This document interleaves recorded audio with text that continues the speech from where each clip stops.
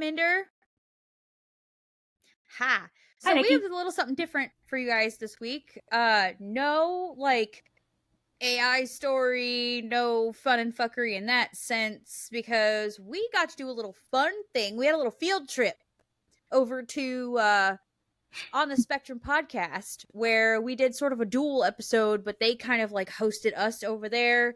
So you guys get to hear that on our show this week. So really, this is just a hi, we're here, it's us, but on somebody else's show, and y'all get to hear it. And that's it. That's all I have. Aminder, thoughts before we let the people listen to the episode?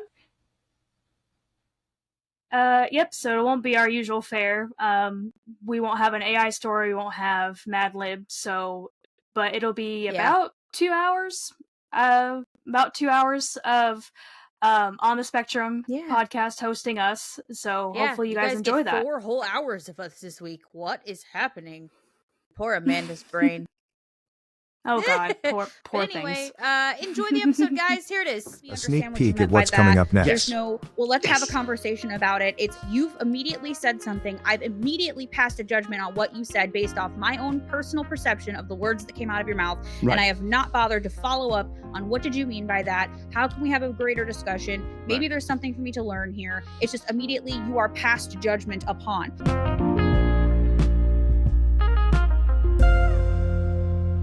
Welcome to On the Spectrum podcast. My name is Nick. And I'm Steven.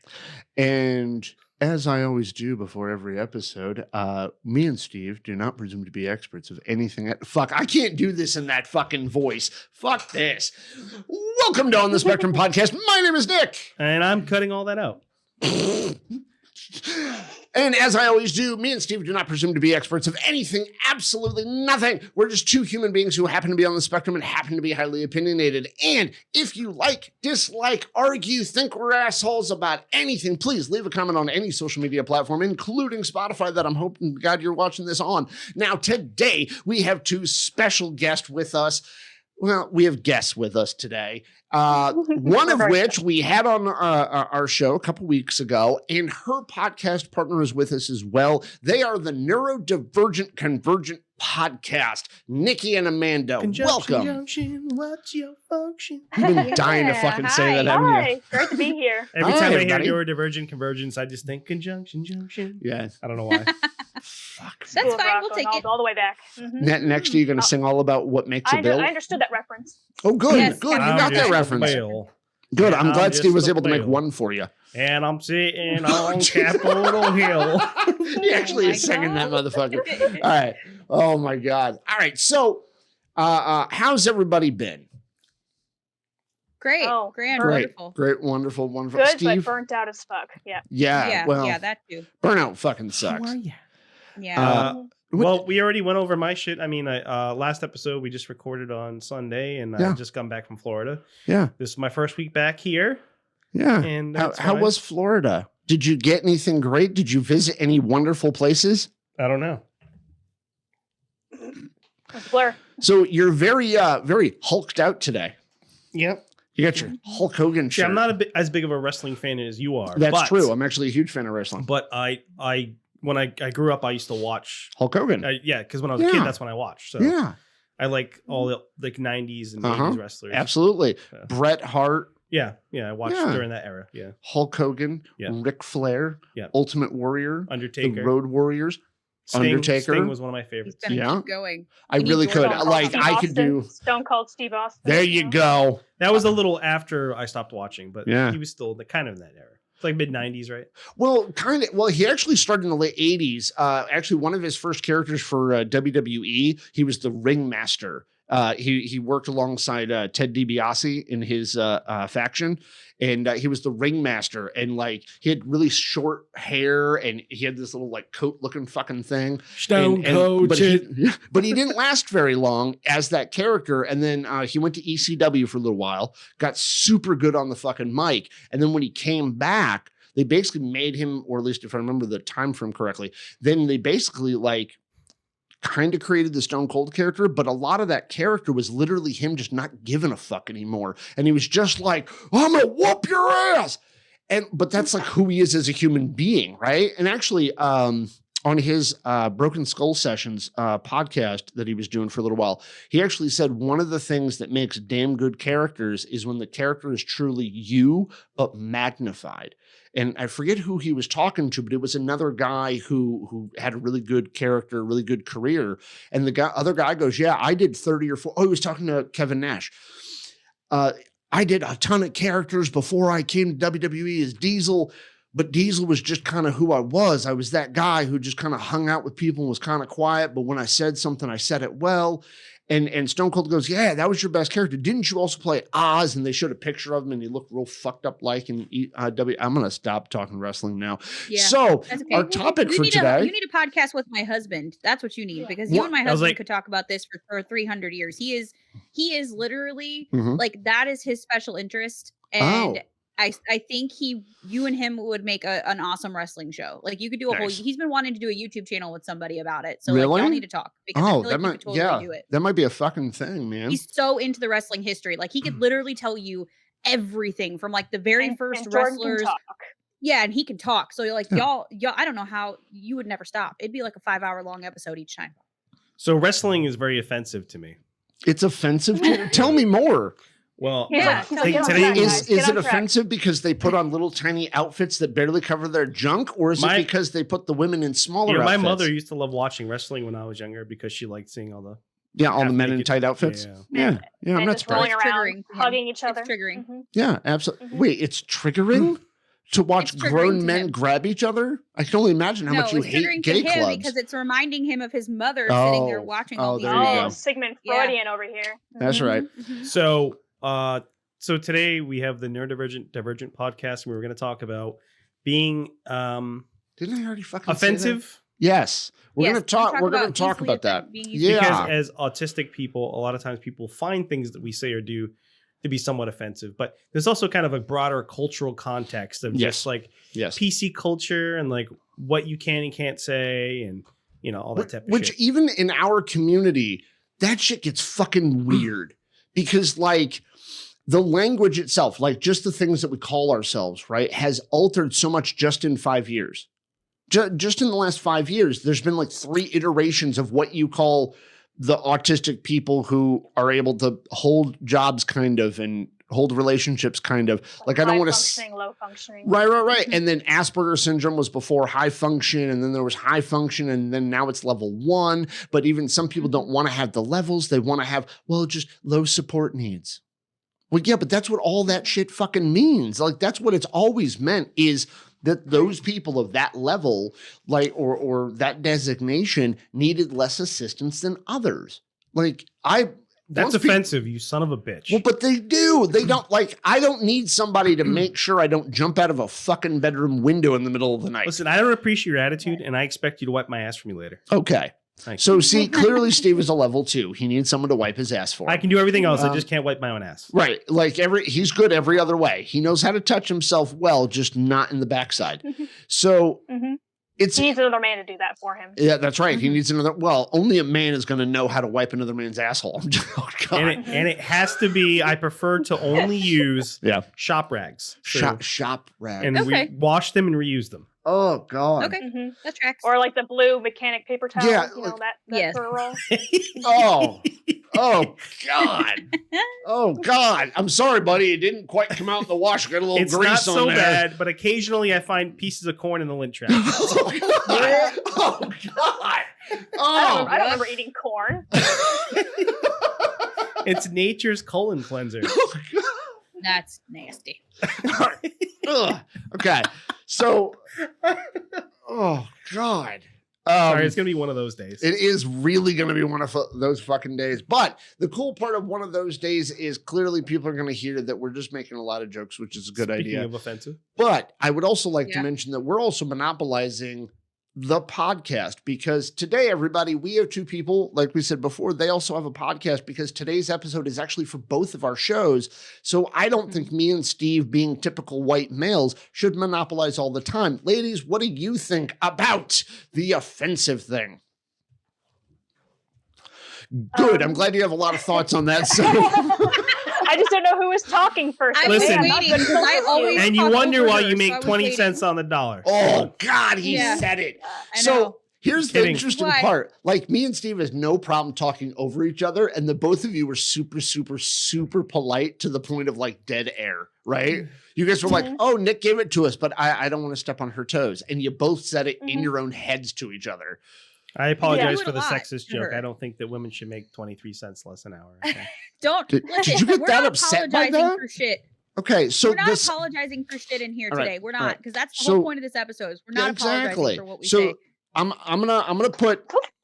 I was actually gonna put Amanda in charge of Steve, but then her phone fell, and I'm like, she's not responsible enough to make her phone stay up. So you know what? Amanda's in charge of Steve. So Amanda, if Steve goes too far in a joke, you're responsible to tell him. Nikki, you can try to tell me I went too far, but I'm not gonna believe you.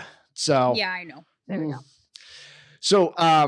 So offense, your opinions, ladies, and let's start with, because clearly somebody has to give one of you permission to go first. Let's go with Amanda, because Nikki, you had a whole episode just to yourself. So Amanda, what's your opinion about the offense thing and about the tism being involved?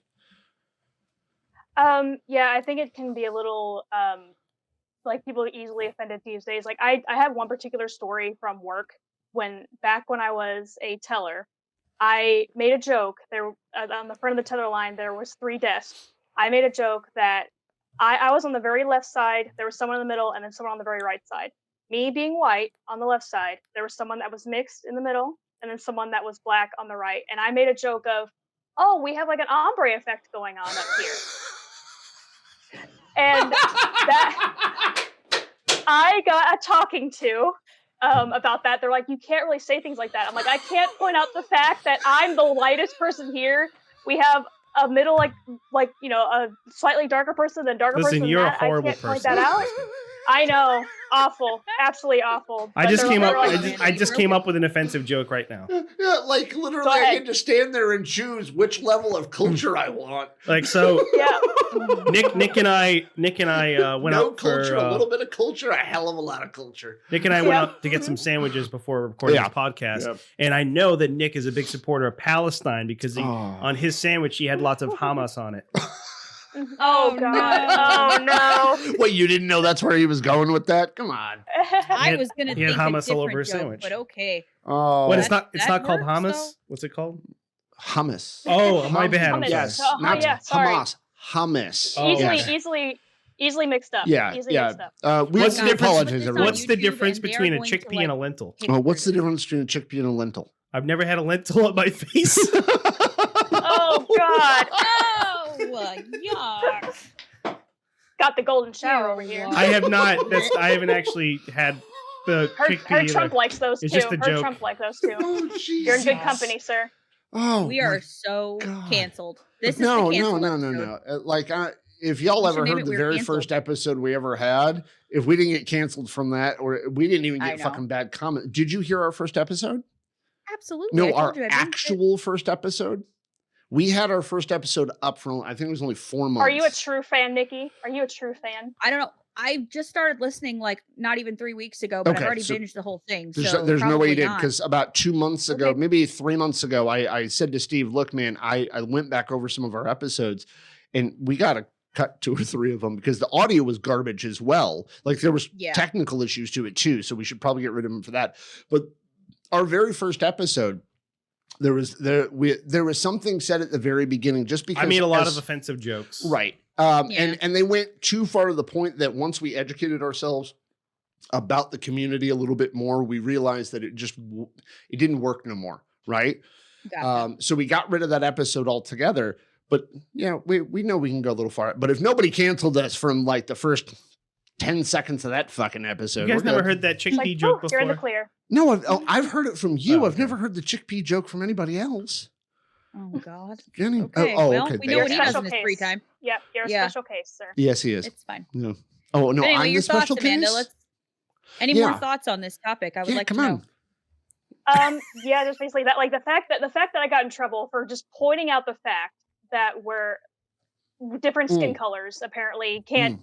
It just blew my mind because it was just, I'm like, are you fucking kidding me? Like I remember crying, but I was crying out of anger, not out of being not by being sad, but being called out. I'm like, how do you not? I was like, that was a hilarious joke. Fuck you for not thinking that was funny. So, but the whole, like, I say things all the time, like I'm sarcastic as fuck, and like but luckily I now have a boss. I did not have a boss before that understood me and my humor. So like every single thing I said in a joke, she would just take absolutely seriously, my last boss. But now my current boss, she's like, oh yeah, I totally get it. She like joke right back at me. Like I had my boss yesterday was like, I'm feeling fucking petty today. I'm like, you go right ahead, ma'am. I'll be right there with popcorn being petty with you. Let's just go ahead and there you go. it. Rock and roll. So yeah, the whole being, yeah, go ahead. What? Oh, I thought someone was saying something. No. But yeah, the whole being offended easily, like I feel like I have to censor myself a lot of the time. Like, granted, I'm not be like, let's just say racist and sexist and horrible things all the time. It's just the fact that I have to tailor my humor. Yeah. Basically, depending on who I'm around. And that's so because. Yeah, go ahead. No, keep going your thought, because I'm going to partially interrupt every 5 seconds because I have an inability to shut the fuck up. You're more than welcome to keep talking. I was going to say that you're right, though, because this conversation isn't about being able to say racist and sexist and fucking bigoted, prejudiced shit. It's literally moments like you're talking about. You pointed out a fucking fact that was in front of you. Right? Like, it was an observation you made. It's not like you said, look, they're darker than me. Like, that's a different conversation. Like you just said, look, it's ombre effect, which is just an observation, but yet people got fucking pissy about it. And I think that's something about our community and actually neurodivergence in general, not even just the tisms, but like neurodivergent people in general, we say some shit that's just observation because it falls the fuck out of our mouth, right? It's that brain to mouth lack of filter, right? Yeah. See, you both recognize me saying that. Like, I've always described myself that way because we've all felt that, right? It's to me, it's one of the unifying factors of everybody who's like fucking neurodivergent no filter. Is we go brain to mouth, nothing in between, right? But we all know that thought process because literally but we always say observations and people get pissy about it. Well, in Nick's case, it's not because he's autistic. It's just that he's very smooth brained. That is a true statement. The entire right side is just completely just flat. There's no wrinkles. None no whatsoever. Ridges, no wrinkles, No. Just iron that shit out. That's exactly his right. His brain don't fold, it irons. Yep, that's right. I was trying to make a joke like that. My money don't jiggle or don't fold or whatever the fuck that stupid ass song is everyone always says. You ever heard? You did it the other day, Amanda. What is it? How does it go? My money don't jiggle. It folds. Yeah, it folds. Yeah, and his brain don't fold. Yeah, there you go. His brain don't fold. It's just smooth. But I was trying to make it work in the song and it didn't work. Cut it out. Damn it, Amanda. Stop drinking on the job, Amanda. Come on. This is actually vodka. Okay, I'm sorry. You know what? If it's not, I'm going to be very disappointed in you. Well, Nick, his brain smooths out once he split the hair down the middle. Yeah, it just smooth itself out after that. Okay, I'd like to fucking mention that he has not gone a single fucking episode without making a fucking middle part joke. Sorry for tapping your mic there. He not a single fucking episode, and he always does part your hair down the middle. Yeah.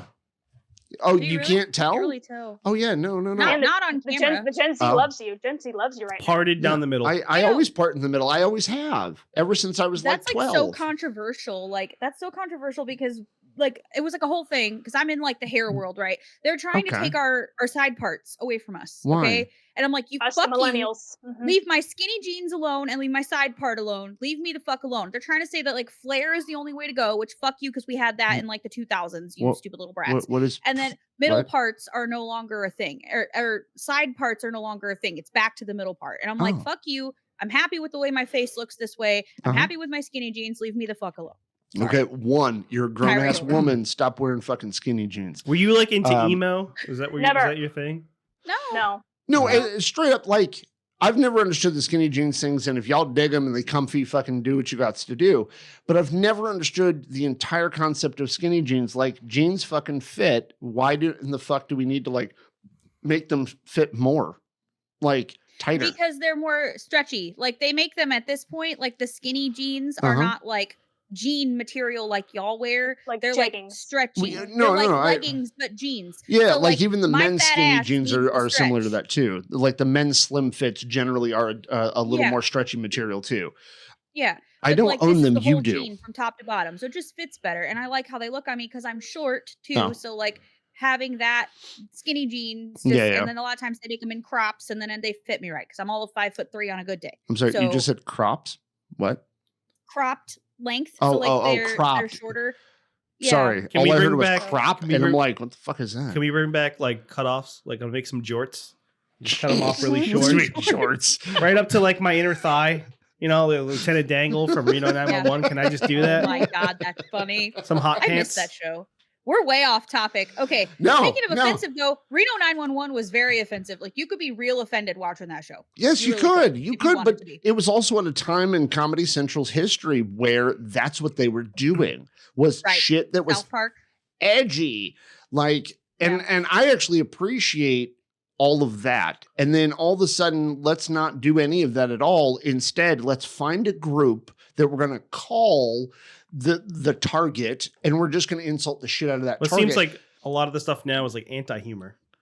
Yeah, I mean, it's like anti-joke. Like the stuff is more abstract and kind of just weird. Fucking Bo Burnham.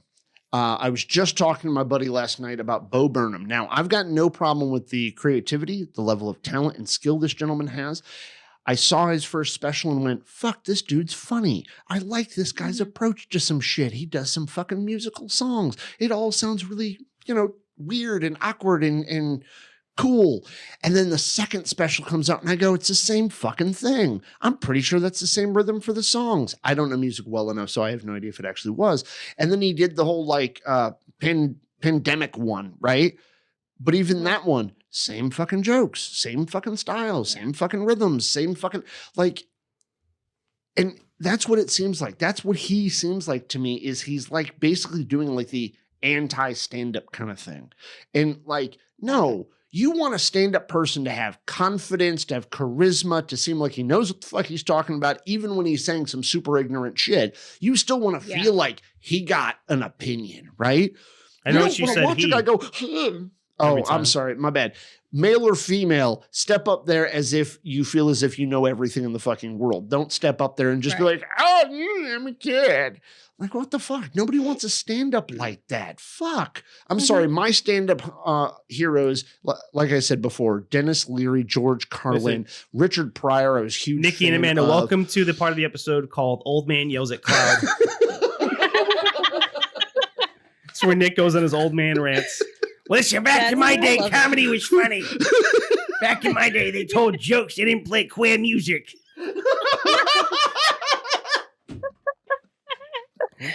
Back in my day, men were men. Men were men. Yep.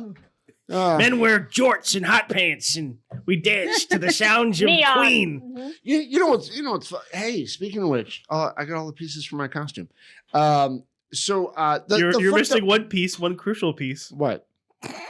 What? Nothing. A virus. That's fine.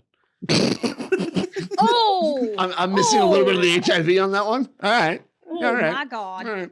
You know what's crazy when me and Natalie actually came up with the idea for me to be Freddie Mercury for the comedy show tonight.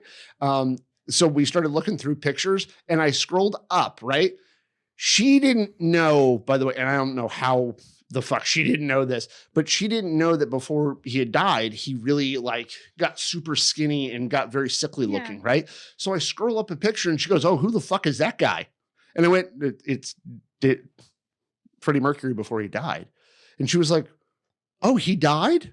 Like she knew, but didn't know that he was like that drastically sick, right? Oh, like if you ever see the pictures, like he had to put on makeup to get an even skin tone, but it was very pale, very white. And like, he did not look like Freddie Mercury, right? He definitely did not look like that sexy fucking charismatic guy that was strutting around in a fucking unitard, right? Not that guy at all.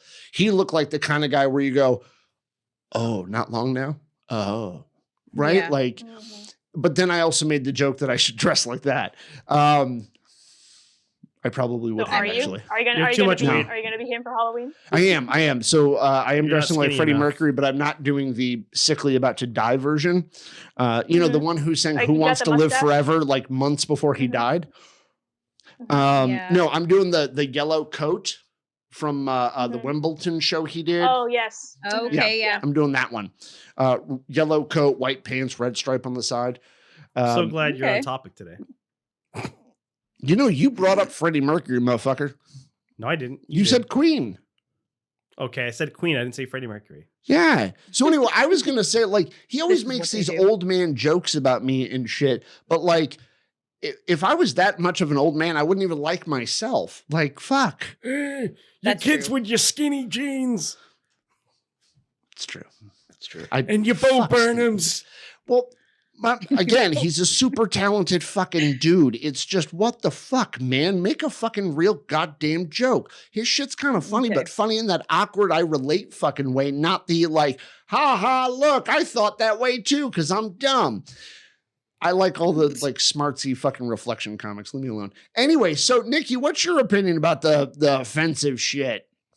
God, I went way off topic. Well, it's okay. This is just, I told her before we started, like, this is going to be rabbit holy AF and squirrel moments. This is just what we do. It's what we do anyway. And then you put 4 of us together and it's for sure going to happen. Yeah. But anyway, my thoughts on this is, hey, look, I feel sorry. I was going to make a joke. Jesus. Go ahead, Nikki. Go ahead. I was going to make an ombre joke, but about us all being white. Like that. No. Okay. It's just shades of cream. It's fine. Yeah, exactly. No, we're shades of mayonnaise. Let's be honest. We're the beige people, okay? Yeah. Yeah, we're the beige. It's terrible. Anyway, I feel like, I don't know, I was raised in the, 90s, 2000s, where like things like saying you're retarded was just what you said. Like it was before that got, yeah, I know, canceled already. But like, when you just say that's retarded, and like stuff like this is part of the vernacular of the day. Or I grew up in Massachusetts. Everybody said that. Yeah, that's so gay. But it was like a lot of people said that's so gay and shit. Without the R. Yeah, and that's so gay. Retarded. Yeah, they'd say it all the time. That's retarded. Yeah, so like I get it. But like and we were raised on like South Park and just the ignorant comedy TV shows like that. Like I wasn't supposed to watch it, but I was up late at night watching Adult Swim when I shouldn't have been. And like we were raised on that inappropriate humor. And so like it just was part of my vocabulary growing up, right? So it was something that I had to kind of unlearn as the years went on, that like maybe that's not the most sensitive thing to fucking say. But I wasn't saying it to be rude. We were just saying it because it's just what you said. Right. It was part of the vernacular for you of that age. Same thing. Most of the time when people said that's gay, they weren't trying to insult gay people. Hold on. Are you making fun of the short bus? Wow, Amanda. Yeah. I would not expect it out of somebody who looks like you. Jesus. I was the driver of the short bus. Thank you very much. Excellent. So you weren't quite retarded enough to sit in the back. Got it. So when Nick... When Nick was in school, he was a big fan of the Magic School Bus, so that's how they got him on the short bus. They just told him it was the Magic School Bus. Oh, they just said I was Miss Frizzle for Halloween one year. Oh, you were Miss Frizzle? Miss Frizzle one year, and it was dead fucking on. It was dead on. She looked so perfect as Miss Frizzle. It was amazing. Remember that episode where they went inside that kid's body? That was weird. Yep, that was weird. So you're saying at some point on that show, the teacher went into a student's body? They shrunk the bus into microscopic size and went through someone's body. Like I could have sworn I just set you up like perfect pitch fucking lob for you to knock a homer on that one. I don't make those like pedophilic jokes, Nick. Okay. Right now you don't. Yeah, no. He doesn't right this second, apparently. Right, yeah. Jesus. But anyway, avoiding the whole pedo thing we're about to go down. So I actually think it kind of goes to the topic, even though I know full well none of us agree with fucking pedophilia in any way, shape, or form. But that joke does still go into the direction of what we're talking about, though, because people still get super sensitive when they hear jokes about that, because like, oh my God, you're making jokes about kids being victimized. South Park. No, actually, we weren't. South Park, the video game, the fractured butthole. Oh, yeah, that's right. RPG. Yeah. And then the second one, I can't remember the second one. They had Jared Fogle was a boss in that game. Sorry, it was hilarious. So the police are actually trying to capture the kids. They're trying to stop them from doing something. And they lock them in a room with Jared Fogle. And Jared Fogle is a boss you have to fight in the game. And he attacks them with a foot-long sub. And when he attacks them, he holds the Subway sandwich near his crotch, and he like thrusts at them, and there's like fucking oil and juices from the sandwich coming out. So fucked up. By the way, it's hilarious in the game, but it's fucked up. No one's in South Park. Mm-hmm. Oh yeah, that whole game is fucked up. Like, Nick, don't they go up like some gay guy's ass? Don't they go up a gay guy's ass in that one? They also have Nazi abortions. What? There's aborted fetuses that are Nazis. What? Oh my god. They have Nazi aborted fetuses in the game you have to fight. Okay. I'd like to mention that if we were talking about this 24 years ago, we would not all be going, oh my God, to all of this. We'd be like, that's fucking hilarious. But South Park gets away with all kinds of crazy 23 years fucking later, and we're all like, oh my God, Jared Fogle with a Subway sandwich. Well, there's this bad guy who's turning the aborted fetuses into like little zombies, but they're like Nazi fetuses crawling around trying to kill you. It's so stupid. Oh my God. Yeah. And then there's one level where you go up to, I think you go up I didn't watch South Park. Is it like up Mr. Slave's butt or something? Yeah, and then you just find all this stuff that he shoved up there. That's all the things up his butt. Yeah, it's like all these abandoned things that are shoved up his butt. Well, they did a whole episode. Like, that was a whole episode where he got the gerbil stuck in his ass. Winks? Like, that was my God. Oh, were they making fun of the whole Richard Gere fucking suspected fucking thing? Mr. Mackey got a gerbil stuck in his ass, and they had to, like, it was a whole episode. Gerbil's a bad. Gerbil's a bad. Okay. Yeah, don't do that. But anyway, so like this kind of stuff is what I grew up on, right? So like we grew up watching this shit. We grew up like saying these things, and the intent behind it is what's missed most of the time, especially now, just to kind of like bring it back. Right, where the actual joke of it is. Correct. It's like, do I really believe this bullshit that I'm saying? No, it's meant to be in jest and in humor. And I mentioned this before, but like, I feel like the world is so fucked in general anymore, and especially then, it's always been some crazy shit happening in the world, right? And if you can't find humor in something, even when it's might be slightly inappropriate, I feel like what's the fucking point of being on this planet? Like, what is the fucking point of being here if you can't laugh sometimes? If you don't find humor in shit, I feel like you just fall into fucking depression. It's like what the fuck are you here for? My Hamas joke. Okay? Yes. There was nothing I said there was one way or the other. I didn't say like I support one side or the other. All I did was make a joke about the name Hamas. Just admit that you support Hamas. Just say that you support Hamas. And that's it. Yeah, and I will actually say, so I don't support Palestine. I support Hamas specifically because I believe in the targeted destruction of Israel. Yes. I'm just kidding. Somebody's gonna clip that the fuck out of there. Yeah, somebody's gonna clip that shit out. Like, that's gonna be great. He's anti-Semitic now. You're gonna be on Fox News next. Just watch. Yeah. Right? You're gonna guest on Fox News. Watch list. I swear to God, some fucking anchor person on fucking Fox News is gonna pop up your fucking face with Hulk Hogan on the front of you and just like, this gentleman now supports Hamas. He's now an American terrorist. Here's part of the problem is, and I'm only gonna say this real quick. Okay. A lot of people conflate Hamas and the Palestinian people, because Hamas is the regime that's in charge. Just like people used to think that all Germans were Nazis, and no, they weren't. Correct. Nazi was a group of people. There were German citizens that didn't agree at all. So that's why I was making the joke that I support Hamas specifically, not the Palestinians, not the people, just the regime that's just the violent fuckers. It's not the same thing. Yeah. Calling out the fact that it's not the same thing. Right. So going back to that though, like, how do you feel like, bring the tism back in for a second? Yeah. So there's this thing, right, where we don't get sarcasm, or we don't understand humor. It's like the general thing is like, oh well, if you don't understand sarcasm, then you can't have the tism or whatever, right? The stereotype of that. Yeah. Not true. I mean, I did have a hard time understanding sarcasm for a long time. But. You did, and then you watched enough comedy and learned for yourself what the fuck it was. You know, I want to total side note, but also along the same lines here is every time I read, actually quite often when I'm reading or watching some TikToks or reels or whatever, one of them social media fucking things. Yeah, another old man moment for you, Steve. Anytime I'm reading those and somebody talks about the New York Times. You know, how come the rest of the world doesn't change for us and shit? You know, they didn't teach us the rules and shit. Yeah, but what are you doing to try to learn it? Like, I know full well when I didn't understand some shit socially, my ass watched way more fucking movies, way more TV shows. I asked more fucking questions to my friends who clearly didn't have the fucking problem that I was having.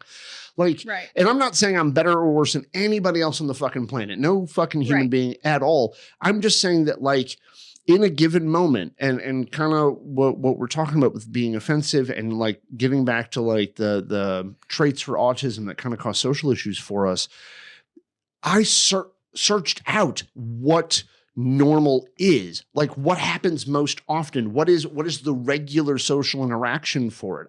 I looked. You're being very that. ableist right now. No, I'm just telling you my experience. I'm not saying everybody need to do this shit, and I'm not saying everybody needs to step up like I did. I'm just saying this is what I did to seek out an answer. What works for you. What? What'd you say? So this is what worked out for you. Yeah, I'm just saying for me. I'm not even saying everybody has the fucking ability to fucking read what I read and translate it the same way I did. I'm not saying that either. What I'm saying, that's part of the problem. What? Go ahead. Sorry. No. Go. I was like, and that's part of the problem. It's like if you try to say something from your own personal perspective, you're like, well, and then other people get offended, and they're like, well, that won't work for me. It's like I didn't say it would. I'm just saying it worked for me. I'm not talking about you.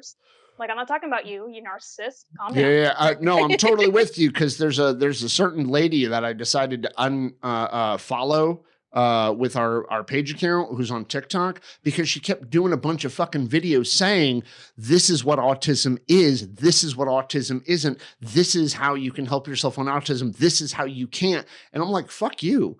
Like, you ain't got a degree in shit. Like, you don't have fuck nothing of a reason to be able to fucking say one thing or another. You have some opinions, and I'm glad you have them. Please share them, but don't fucking say it as if you fucking know best, because none of us truly fucking know best. And like, I work in an industry where we say the patient knows best. I'll tell you right now, none of us fucking know best, right? We're all just fucking crapshooting every goddamn decision we make. Oh, wow, I soapboxed the shit out of that moment, didn't I? All right, let me back the fuck down now. But I still do it to this day. Like when Steve points out, am I monopolizing shit again, Steve? What? So Nikki, what's your opinion? I had an RSD moment right there. You're okay. I feel like I don't know. My brain just shat out. Steve, say something. Hi. I actually, so this is something that happened to me recently. So I occasionally go on Reddit. I was on Reddit. And occasionally I noticed that like a lot of subreddits are very toxic and have kind of a hive mind. So I was on this subreddit page, and all I did was offer to share my opinion. I didn't actually share it, but apparently that was triggering enough that how dare you share your opinion? Attacked me. They made fun of me for being autistic, and then when I reported the person who was making fun of me for being autistic, I got banned from that subreddit.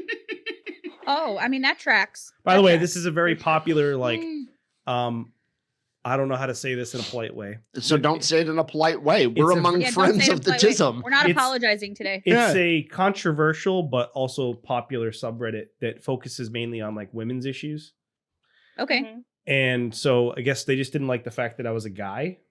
Right, so they were being sexist against you. They held the power in the room and said, fuck you, you're a guy, get out. Here's a thing that I have a problem with that I have to remind myself. No dicks allowed. That's the sign on the front of their bar. What I have to remind myself is if I'm in a space, let's say this is a subreddit that is focused on women's issues. However, it's also a subreddit that is, I don't want to say forced on everybody, but it's like one of the default subreddits, so it pops up for everybody. Okay. And like the homepage. And people ask rhetorical questions in those subreddits they don't actually want answers to. And that's the problem is I have to remind myself, like, okay, this is a women's space. Women want to just complain or vent or express frustration. Or maybe talk to other women who might have similar experiences. Right. What the fuck? It's always about complaining? But what I'm saying is usually they say things they don't actually want. It's kind of like that guy thing where women complain that guys want to solve the problems and listen. Yeah. It's kind of like that. But like, it's an echo chamber. If I just say like, hey, like what I said was, hey, I don't know like if you actually want to understand why a guy might do that or if you just want to vent about it. But I said, if you actually want to, like I'm asking because I didn't want to share the You opinion. tried to mansplain, didn't you? I didn't want to share the opinion unsolicited. So that's why I asked if you want me to share the opinion. Hold on. That apparently was offensive in itself.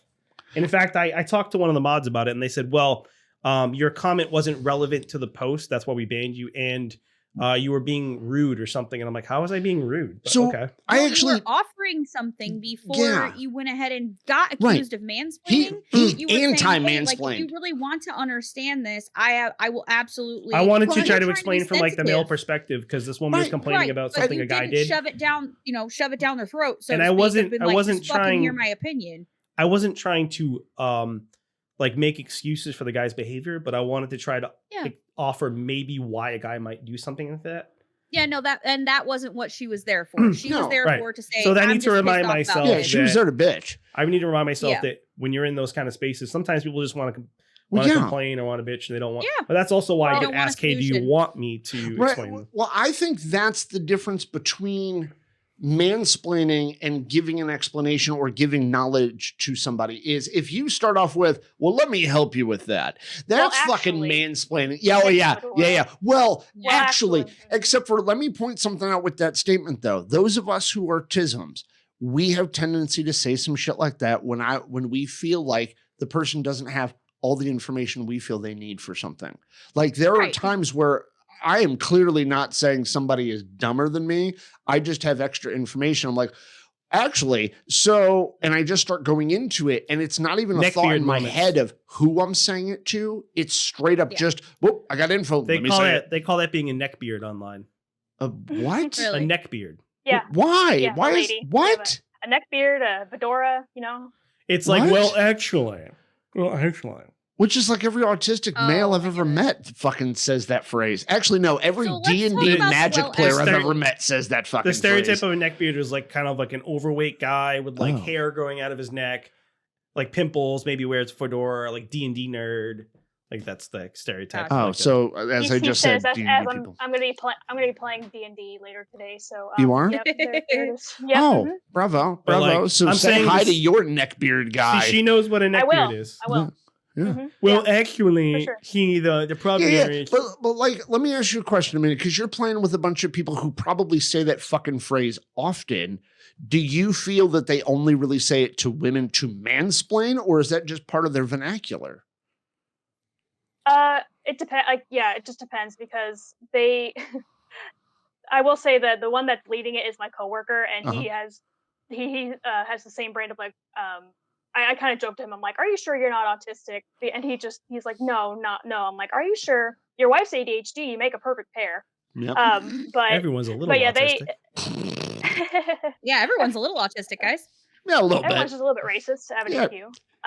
But so the whole well actually thing, it just depends on like what not the tone, but like what the intent is. Because like, okay, if you're giving me information that you genuinely believe I don't have, then fine. But if like say like a woman who is a physicist is explaining something, and then like a guy who works at McDonald's just goes, well, actually, she's like, just shut the fuck up. Well, hold on. Let me, and I'm not, you're right in that situation completely. You're about to actually mean. Well, no. What I was going to say, I was going to talk with you about a fucking subject.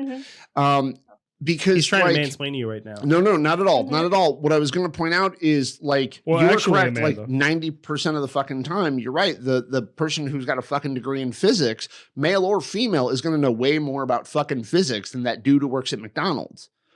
There are going to be some situations where that person who works at Mickey D's might have just happened to recently read an article about some shit that person doesn't know about and brings it up. There is a possibility to that. And the reason why I point that out is because I only have a bachelor's degree in psychology, but I read a fuck ton about psychology. I read a fuck ton of research papers. I read a fuck ton about different therapeutic processes, different things people are figuring out about the brain. And so like, there is some shit that the people who have a higher degree set than me might not know and might not have read, because psychology is a ginormous, physics is a big field too, but psychology is a big fucking field. I mean, there's a whole lot of subsets to it, right?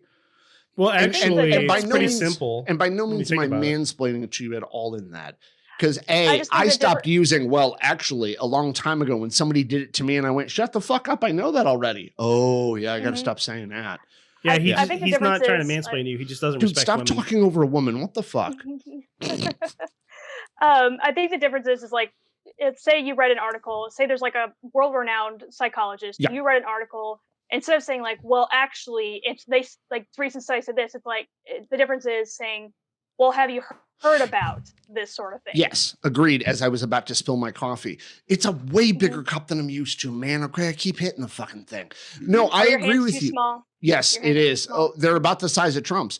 But I agree with you, Amanda. It is about the approach in which you take. Because if you say, well, actually, you're coming from a position of authority or expertise, or at least assumed expertise. Or like condensation. Yes, right. Exactly. They're compensating for whatever insecurity in the back of their head. So like, whoa, I know some shit now. It sounds a little condescending. Yes. And I agree with that. But there are also like times, a convict going downstairs. And I'm gonna say this directly. There are times where women have accused me of mansplaining, but I know my intent was none of that. I know my intent was that. But because I happen to look fucking male, because not that anybody fucking checked with me on that motherfucker, but because I look like somebody who acts, or because I look like the stereotype of the person who has oppressed everybody, they automatically assume that's what the fuck I was doing. Even though I didn't even start with, well, actually, what I said was, well, I read this paper the other day that talked about this direction. What do you think? And then they were like, you don't need to mansplain. I have a master's degree. And I was like, I don't give a fuck. Like, I don't give a fuck. You've got a master's fucking degree in social work, for Christ's sake. I'm talking about fucking human behavior over here. Shut the fuck up. So I got a little indignant after that, because all I was trying to do was contribute to the conversation, not trying to one up her. But I've had that several times in my life. What? But that's how it's seen. And like, that was my point with this too. Is like, the offense thing. I feel like when we're giving the tism in us, especially if it's a special interest topic, right? We want to say, hey, I have something to contribute here that I think is important that might help you broaden your knowledge set on this said topic, correct? Agreed. But when we interject in that way of, well, actually, when we're just excited to give more information, we are stereotyped as being rude, or it's assumed that we're trying to one up the conversation, or more so steal someone's thunder, rude in that moment, or whatever, right? So like it's seen as rude, intrusive, one-upping, or controlling the conversation, or not allowing someone else to have their own viewpoint or vantage point or opinion, because it seems like we're constantly trying to, interject or one up the conversation, or seem smarter than we are, or whatever. Attribute it to whatever you want. But you could put that across the entire gambit of everything, from making funny jokes to trying to contribute to an intellectual conversation, to trying to contribute some weird fact about something that your brain was triggered by the conversation. We just want to be included, and we're trying to be included in the topic, and it's seen as rude when we're just trying to offer our information and be a part of the conversation in the best way we know how, which is, I have information about this topic, therefore I can be included here, let me jump in. And then we're like taken aback when they're like, fuck you, what the hell, I didn't ask you for your opinion. It's like, no, that's not what I was trying to do. But then you can't explain that very well either, because they're already pissed that you've interjected. So that was my topic on that. It all boils down to perception of it, right? If you automatically assume the intent of another human being with nothing more than just your observation or your already preconceived notion, then you're already like not listening to them to begin with, right? But obviously we can't know somebody's intent unless we ask them. But I think that's what has changed. And maybe it's only changed because I'm now getting to an age where like I'm seeing certain things differently. But I'm pretty sure in the early 2000s, in the 90s, people fucking asked more questions like, what the fuck you mean?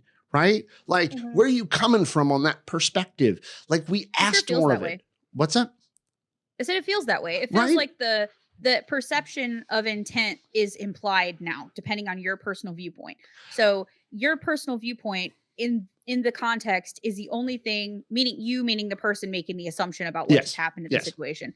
Your personal viewpoint is affecting everything all the time, right? All the time. But especially nowadays, I feel like everyone assumes before they try to understand where the other person is coming from. You hear a statement made, and there's an assumption about that person immediately based on what came out of their mouth. There's no questioning. There's no help me understand what you meant by that. There's no, well, let's have a conversation about it. It's you've immediately said something. I've immediately passed a judgment on what you said based off my own personal perception of the words that came out of your mouth. And I have not bothered to follow up on what did you mean by that? How can we have a greater discussion? Maybe there's something for me to learn here. It's just immediately you are passed judgment upon. I could have taken that joke you made earlier, Steve, about the main thing or the Holocaust or what the million jokes Hey, you I have didn't make said any over the Holocaust podcast. jokes today. No, she's bringing up topics. All of the episodes, over all the episodes I have listened to, the million jokes that you have made, I could have passed judgment upon you as a person who is racist, you mean like Amanda bigoted. did? Yeah, like Amanda did. Yep. I can see the look on your face or lack of expression. I get it. No. Yeah. Okay. That's another thing. She just is that just is her. Yeah. That's that's my autism. Okay. Sorry. Yeah. Well, I was actually bringing it up because as I keep doing this to my mouth, right, while somebody else is talking, because that's how I had to teach myself how to fucking let people fucking talk, because I have my face hurts when I talk to people because I force a smile. Like I have to force a smile, otherwise I look like I have RBF too. It's no, that's okay. You can have that. It's just the lack of expression. I'm not sure if she's still alive. I can't see if she's. We're just breathing. gonna call her Daria. No, and I apologize if any of that's offensive. Yeah, I'm being Daria for Halloween. So that's hilarious. Oh, that's awesome. Yes. He called it. So she is Daria in real life. And I'm actually partially bringing that up because of what you're talking about, Nikki, because people could see Amanda right now on the podcast and just think she's bored or she doesn't agree or she's pissy or whatever. And none of that is true. It's their perception of the characteristics of her face, not the reality of what's in her head. Far too many people think they're fucking psychic. And I don't mean that because there are actually people who believe they're psychic. And I'm not making fun of them at all. I have no idea if that's a real thing or fucking not. And I don't care if it's a real thing or not. But far too many fucking people believe they are smart enough and skilled enough to know what another human being is thinking. Yeah, and isn't it a lot of that like evolutionary? Because like even being babies, psychic? Hold on. Will you shut your mouth for a second? Even babies react and respond to people's faces. And like a lot of our communications as human beings is nonverbal. It's body language, facial expressions. So like, yes, as a lot of people who are on the spectrum don't necessarily make a lot of facial expressions or not very expressive all the time. And we're not good at reading it either. Yeah. However, it is somewhat normal for neurotypical people to read the body language and the what people's faces are telling them. It doesn't mean that they should maybe make extra leaps and make assumptions, but it's normal for people to read other people's faces as human beings. You're right. It's just Can I pause this for 2 seconds? I'm sorry. Can I pause this for just a second? The coffee has hit me. I really need to take a bathroom break, so I'm gonna go to the bathroom. I'll come right back. I'm not gonna cut this out. I'm just gonna leave it in. Yeah, we're gonna leave this part in. We're not gonna talk either. We're just gonna like awkward silence while you just awkwardly wait for me to come back from the bathroom. I don't care, but like I'm about to pee my pants, so I really have to go to the bathroom. And then I want to hear Amanda's story because this has been her entire life. Like she has been so judged by the fact that she is just kind of flatly affected. All of us have in one way or the other. You've got fucking resting bitch face. Nick looks like a man who would touch children, and Steve is Steve. People think I have no feelings at all. So yeah, they think he's fucking emotionless. Anyway, go pee. Don't get a urinary tract infection. Go. Okay, I gotta go. Bye. I'm gonna go too, since she's gone. Yeah, you should go too. You should leave me and Amanda alone together so she can stare at me awkwardly and I could say some really offensive shit. I'm just like the whole me like staring off. It's like I'm trying to think of like, okay, I want to say this thing, but how do I phrase it in a way that doesn't make me sound stupid? Well, that's what happens with him too. Like I've been working with him for 7 years now, and only in the last like 9 months have me and him truly connected for the autistic selves we are. Prior to that, we had all these fucking issues because his ass is better writing things, like typing shit out in text message, and I'm better at talking. So communication already is fucked for us, right? Because that's me and Nikki for sure. Like I'm a better like writer. Like as long as you let me get my thoughts out. That's why when she originally wanted to do this podcast, I'm like, but I'm not good at the talking thing. So I was like, I can write for you all day long, but I'm not good at the talking thing. So we had a couple of episodes right at the beginning where he was like, man, you just talked a lot. You didn't even let me talk. Right. And I was like, how long do you want me to fucking sit there and wait for you to fucking process? Like, how long do you want me to do that for? Like, you're worried about having dead space on fucking air. Like, what do you want me to do? And but he said it enough times that I said, you know what, man, here's an idea. You love to write. That's your communication style. So why don't you do that? And he actually created a blog for On the Spectrum. And that's where he gets to do his fucking thing, right? And since he's been doing that, he's been giving me extra space here verbally to be able to do my thing, because honest to God, you and him could probably write a 10 fucking page explanation or opinion about fucking anything. I'll give you a paragraph. Because with that, lots of typos and with tons of typos and no shit. punctuation. I type the way I talk, and somebody once told me all in caps lock. Is it all in caps lock too? Tell him, can you teach this man how to use a comma? Jesus Christ! So I had a professor years ago. Stop putting apostrophes in plural words, okay? Stop putting apostrophes in plural words. So I said professor, which was wrong. I had a teacher many moons ago say, every time you take a breath is where a period goes. Well, my ass can fucking talk for 30 seconds straight without fucking taking a breath. You're just one yes. long run-on sentence. Yes. That's what you So hi, my name is Nick, and I'm here to talk to you today about jelly beans, because jelly beans taste really good, and I really like jelly beans. Exactly. That's how it reads on the paper. Yeah. So when I got to college and I was doing a shit ton of run-on sentences, my professor was like, your paper's fucking wrong. You use a goddamn comma. And I was like, okay, where? Well, every time you breathe. I didn't. And she was like, okay, read it to me. And I just started going. And she was like, oh, you're not kidding. But when you read my stuff, does it make sense to you where I have commas and stuff? Well, no, how do you read the stuff that I write? Well, because it still makes sense to me, because when I see a comma or a period on a page, I stop. Like literally I take like in acting, they would say, take a beat. I take a beat like a and comma, then I fucking start again. Comma is like a short pause and a period is like. But that's just it though. If you want to do that in relation to like when I go to write, if I do it based on when I breathe, right? I'm just. See, my problem is I use way too many commas because I pause a lot when I talk because I'm trying to get the thought process out. So when I type, I use way too many commas. I'm like, that should just be a period. That should just be, just don't put a comma there. Just stop. So my overcorrection of that was I was so worried about how many periods I did that I eventually, like, my writing sounded the dog walked down the street. The dog put its foot on the ground. The dog, you know what I mean? Like it wasn't, so there was no flow. Amanda, when did you miss your first period? Oh God. Hi, Nikki. Welcome back. Oh no. Holy shit. I heard the whole conversation because I left my earbuds in. Holy shit. So I was listening to this the whole time. When it was really did funny. you miss your first? What? Because she said she uses too many commas. So I'm wondering when she missed the first period. It was actually 14 years old. The summer of when I was 14 years old. Same. No, just kidding. That's when you missed your first one? That's when we started our first period. That's started.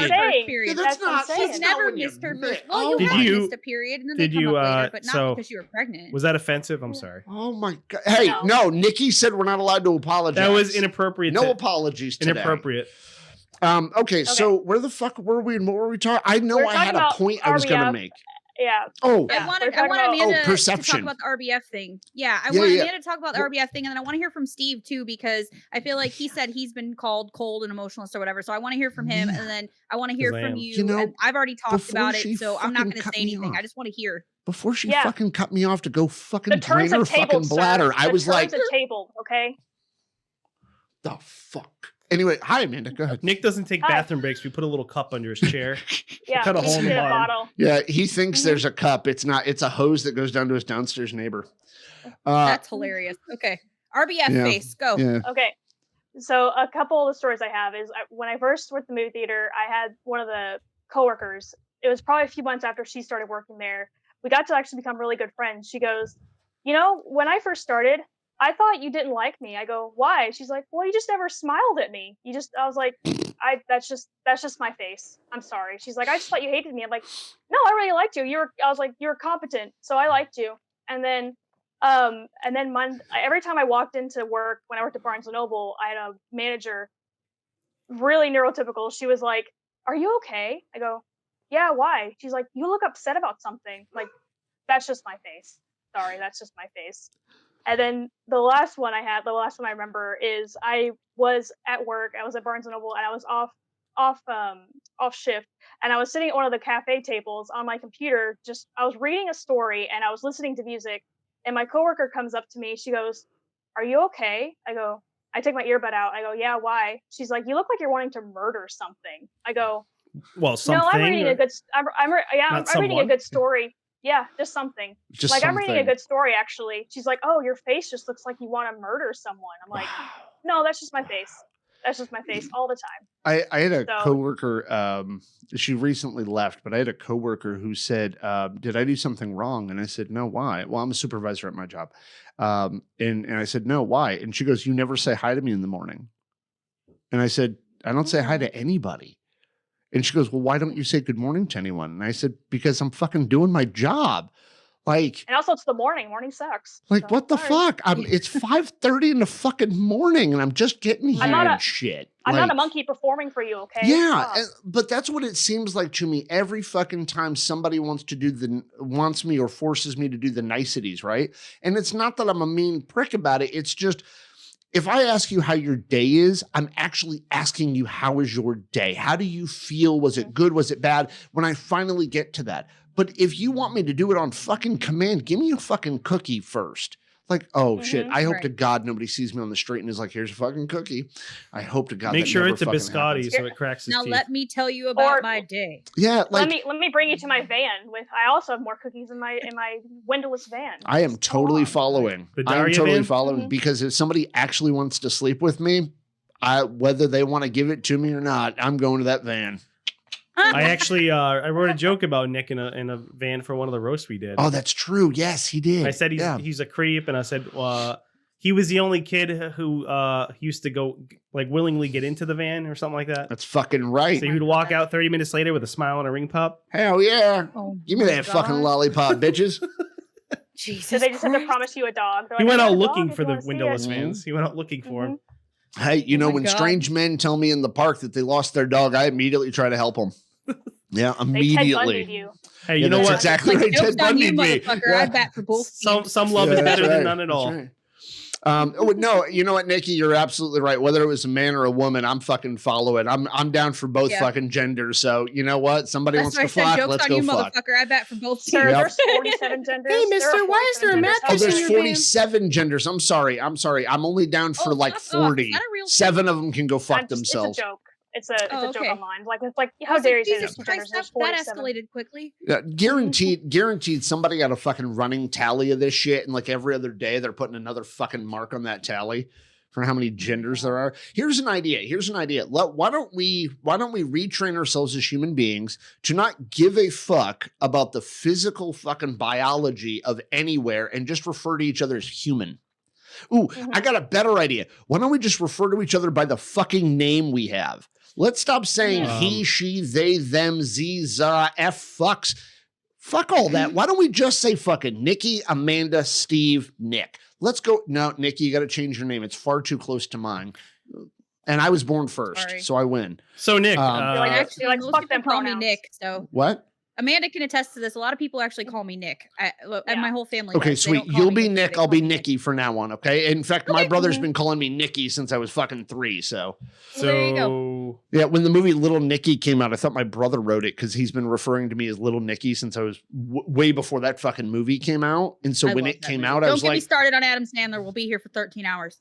Okay, yeah, He's my favorite. We're not talking about awesome fucking comedians. So I've never been accused of having resting bitch face. Because you're not because I'm not a man, because I'm not a woman, but he's not a man.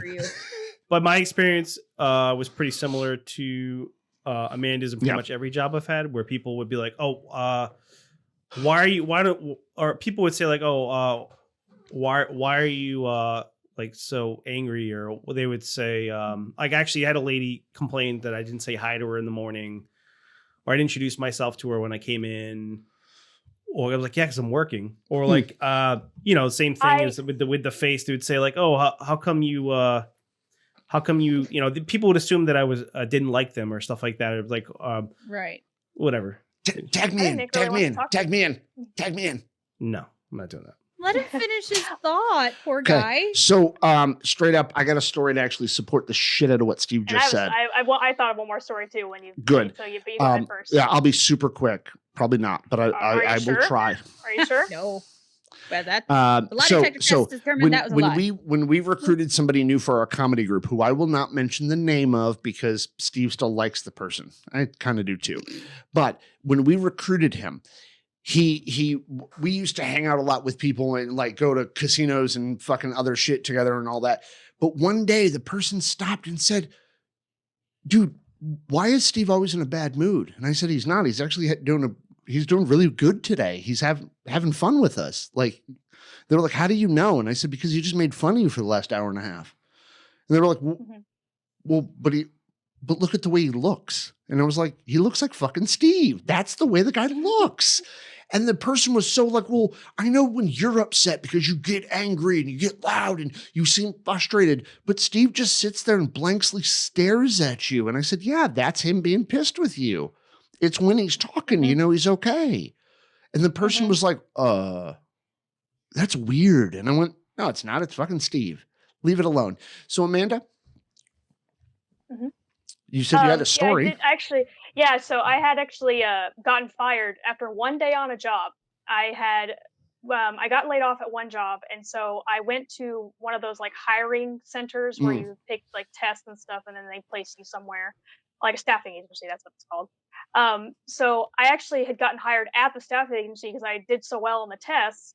And so it was like the first day on the job, this lady was showing me around, like, this is what you'd be doing, blah, blah. And then the next day she pulls me to her office. She's like, so you did really well on the test. You dressed professionally, all that. You seemed to understand what was going on. But I'm going to actually have to let you go. And I go, oh, why? She's like, you just don't seem happy. I go, well, what do you mean? She's like, well, you didn't smile at all. I'm like, and I didn't say this, but I want to. I'm like, am I supposed to smile while filing paperwork and staring at a computer screen? Like, what am I supposed to be doing here? Like, that, am I just supposed to be smiling like an idiot while sitting alone? It reminds me of Office Space with with Jennifer Aniston's character with the fucking flare, the pieces of flare. The flare. Yep. Yeah. How much should I have? Well, as much as you want to have. But so it's just like the fact of the matter, like I was fired for not seeming happy at a job where all I'm supposed to be doing is basically just being an office grunt, where I'd be just filing paperwork and putting stuff into a computer. I'm like, what am I supposed to be doing? They wanted a monkey to perform for them, is what they wanted. Yeah. So that's basically my whole life. I lasted one day at that job, so it just. So that's like Nikki said, my whole life has been like, you just don't seem happy. Well, I mean, I can't just smile on command unless you want to pay me. Unless you want to pay me to be emotive, I'm not going to do it. Sorry. And so the only time I really show expression is when I'm acting.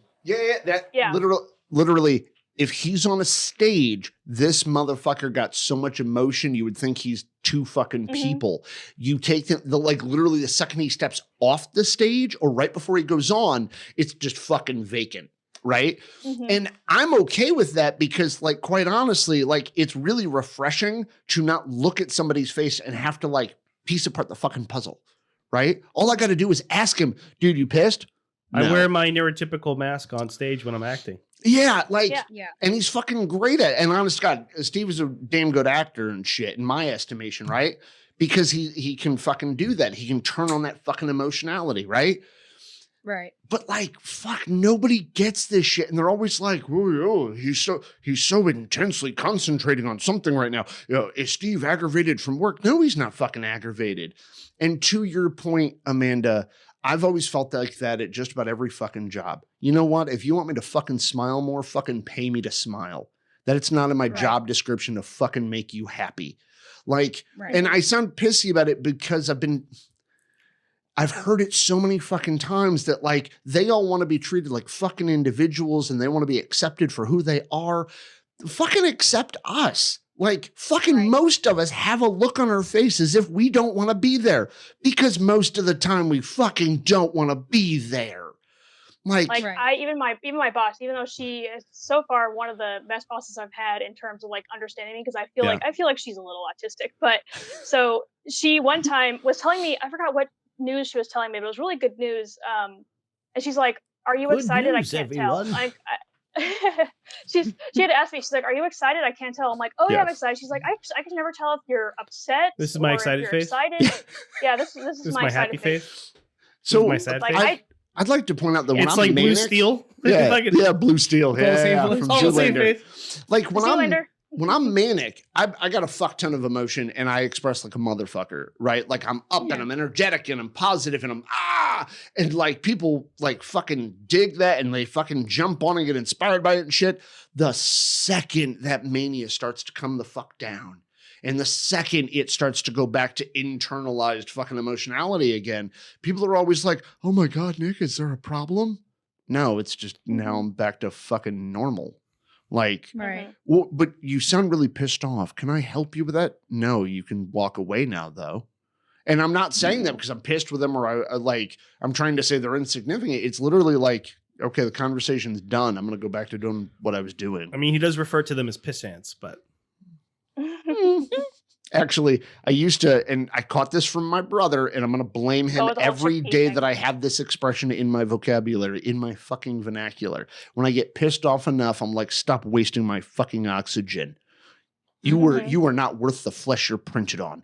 Now, my brother once said that as a joke around me, but I was way fucking young and quite honestly, way fucking autistic.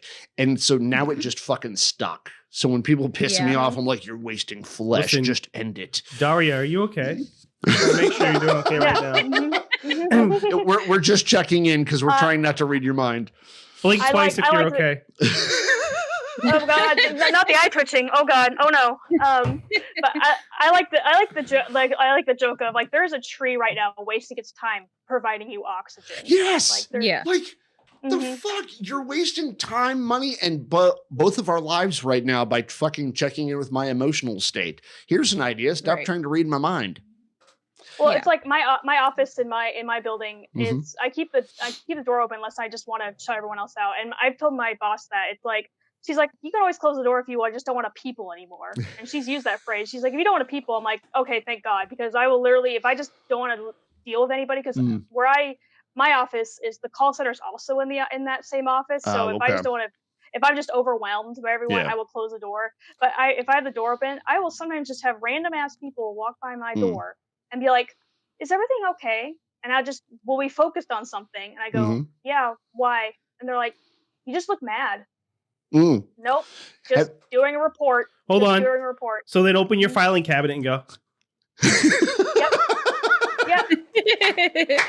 Yep, exactly. Start sorting my favors for me. So Amanda, I've got to ask, because if I was in that situation, after a couple of times of somebody fucking asking that, I would have to fuck with them. Have you ever looked up from the desk and gone, no, my dog died?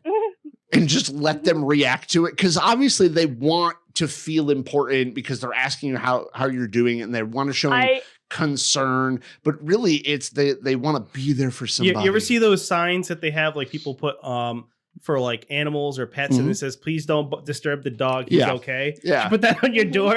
Please don't disturb the Amanda, she's okay. Don't tap on the glass. I do have a sign. I do a sign that I made a meme. It's the Lionel Richie hello, and then it's like I have a sign that says, hello, is it me you're looking for? And then the caption says, if you need me, please knock. I promise I'm available. And I'll put that sign up if I close the door and you're still allowed to come in the door. But if I don't want you coming in, I will take the sign down. There you go. But I have done that whole thing with messing with someone where I had a coworker that just was annoying the absolute fuck out of me. And she is ADHD to the absolute max. Like absolute max. She's been diagnosed. She's dialed up to 11. Yes, all the time. And she one time was just bothering me, like constantly just not shutting up. And then she's like, are you okay? Like, you're not really responding. I'm like, yeah, my dad died. Shut up. And so just to get her to stop. And I was just like, she's like, oh my God, really? I go, no, just stop talking to me. I'm sorry. If I worked there, the second I heard that come out of somebody's office, I'm dying laughing. I don't care if it's actually true or not. I'm just dying laughing at that point. And if somebody's like, why are you laughing about a parent dying? I'm like, I ain't laughing about that, but that's fucking funny. So being offensive is great. Yeah, no, I was actually gonna say something. I was gonna say something. It's like the whole it's kind of like a little kind of ties in the whole. Yes. People being offended, the fact that we just don't show emotion, right? Like have blank expressions. It's like they're almost like, well, how dare you not perform for me, you monkey? It's like, how dare you not show basically. It's like, I don't need to do that for you. I don't need to emote for you. I'm like, unless you want to, like I said, personally pay me more. Yeah. I'm not going to do that. And so I'm not here to smile at you. On the music box a little bit harder for me and I'll perform. it's like maybe the Jack in the Box will come out. Yeah, but it's like maybe it's like don't do that. Like it's like they get offended that I'm just not acting the way they think I should act. Game. Right. Yeah, like I'm not doing this social game. Yeah. I'm not doing this like this social game that they think I should be. I'm like, I'm not a player in this, okay? Just I'm here to do my job. I'm not here to perform for you, okay? Right. Just leave me alone. Let's hold them to our game, the TISM game. Ooh, try to be honest for the first time in your fucking life. Say something honest. Be blunt. Once. Be blunt and like just stop emoting. Stop emoting. Be blunt. Tell me what you're feeling. Be direct. Be direct. I mean, the kind of being. Do I look fat in these jeans? Tell me the one fucking time in your goddamn life you're going to be honest. Right. So I'm sorry to take the very female question kind of for that, but like, come on. Okay. I've had exes who were just like, if I ask you if I look pretty, it's because I want you to reassure me that I am. And I was like, but if it looks fucking bad on you, why shouldn't I tell you that? And they were like, no, I want you to let me know I'm pretty. And I'm like, well, fucking put on an outfit that makes you pretty then.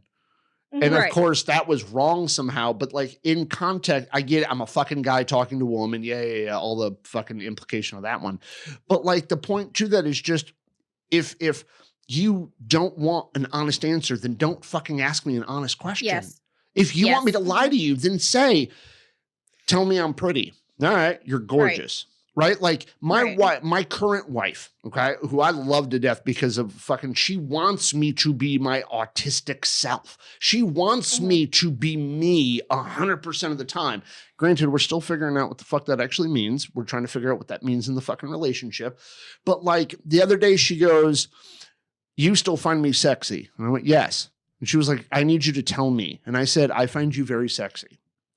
And she was like, how sexy? And I said, sexy enough that unfortunately we've got kids around. Otherwise we'd both be naked. And she goes, thank you. And just walked the fuck away because that's what she wanted. She wanted reassurance that I'm still there. Yeah. I still find her attractive, but she knew how to ask me. She knew how to get me to be honest with it because she didn't say, am I pretty? No, she said, tell me I'm sexy. And I said it. Why? Because if I didn't feel that way, even if like I have a moment in time, and we've all been in relationships where there are moments where we're like, fuck this partner, even if it's for a 5-second period of time because they just did some real dumb shit, right? Even if I'm having that moment and she asks, she's okay with me saying nope and walking the fuck away because she knows it's here in that much time, right? Right. So I thought of a really stupid joke. So it's like, so she doesn't want you to beat her on the bush so you can beat her bush is what you're saying. Right. Yes. Yes. And actually, weirdly enough, she had a similar idea to that, but it wasn't the word bush. She said something about a hole in a stick. And so, by the way, my wife is also in the improv group with us. It's actually one of the reasons why me and her got together. And she is just as dirty as we are when it comes to fucking jokes. I have good stage chemistry with his wife. Yes, actually, he has very good stage chemistry. Oh, so he has to watch out then. No, like I would never be jealous of them. Let's leave room for Jesus now. Let's leave room for Jesus. I wouldn't be willing to go that far with her on stage anyway. Or anywhere, I'm hoping. Well, I mean, shit happens. But if we absolutely had to like do a scene where we kissed or something, maybe I would do it, but like it makes me uncomfortable. Yeah, but in improv, you don't ever have to have a scene where you kiss. I'm just saying, like, for a play or something.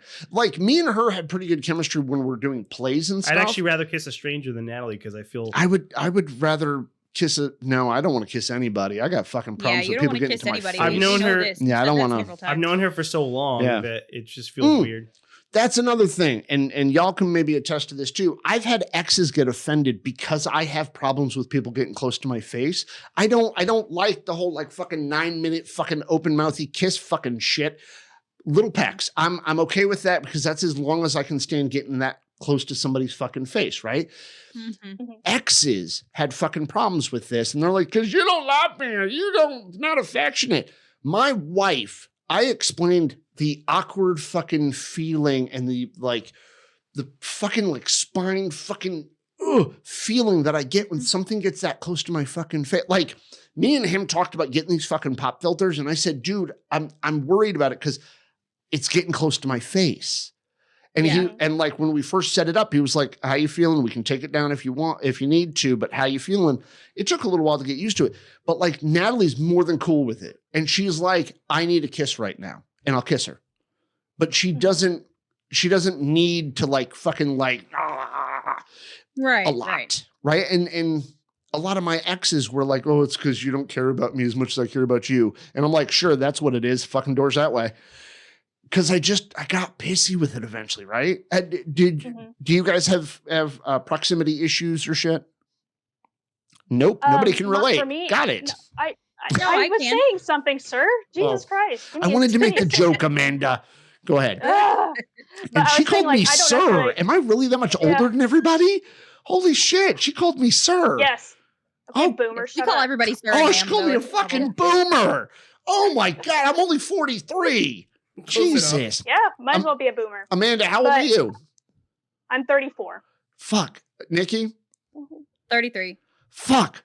No, I don't need to ask you. I know you're in your late 30s. Fuck. All right. I am the old asshole. Go ahead. I don't necessarily like people touching like my back. Like necessarily like when I like hugs, but when if someone like goes to put her arm around me or like around my shoulders, I'm just like, stop.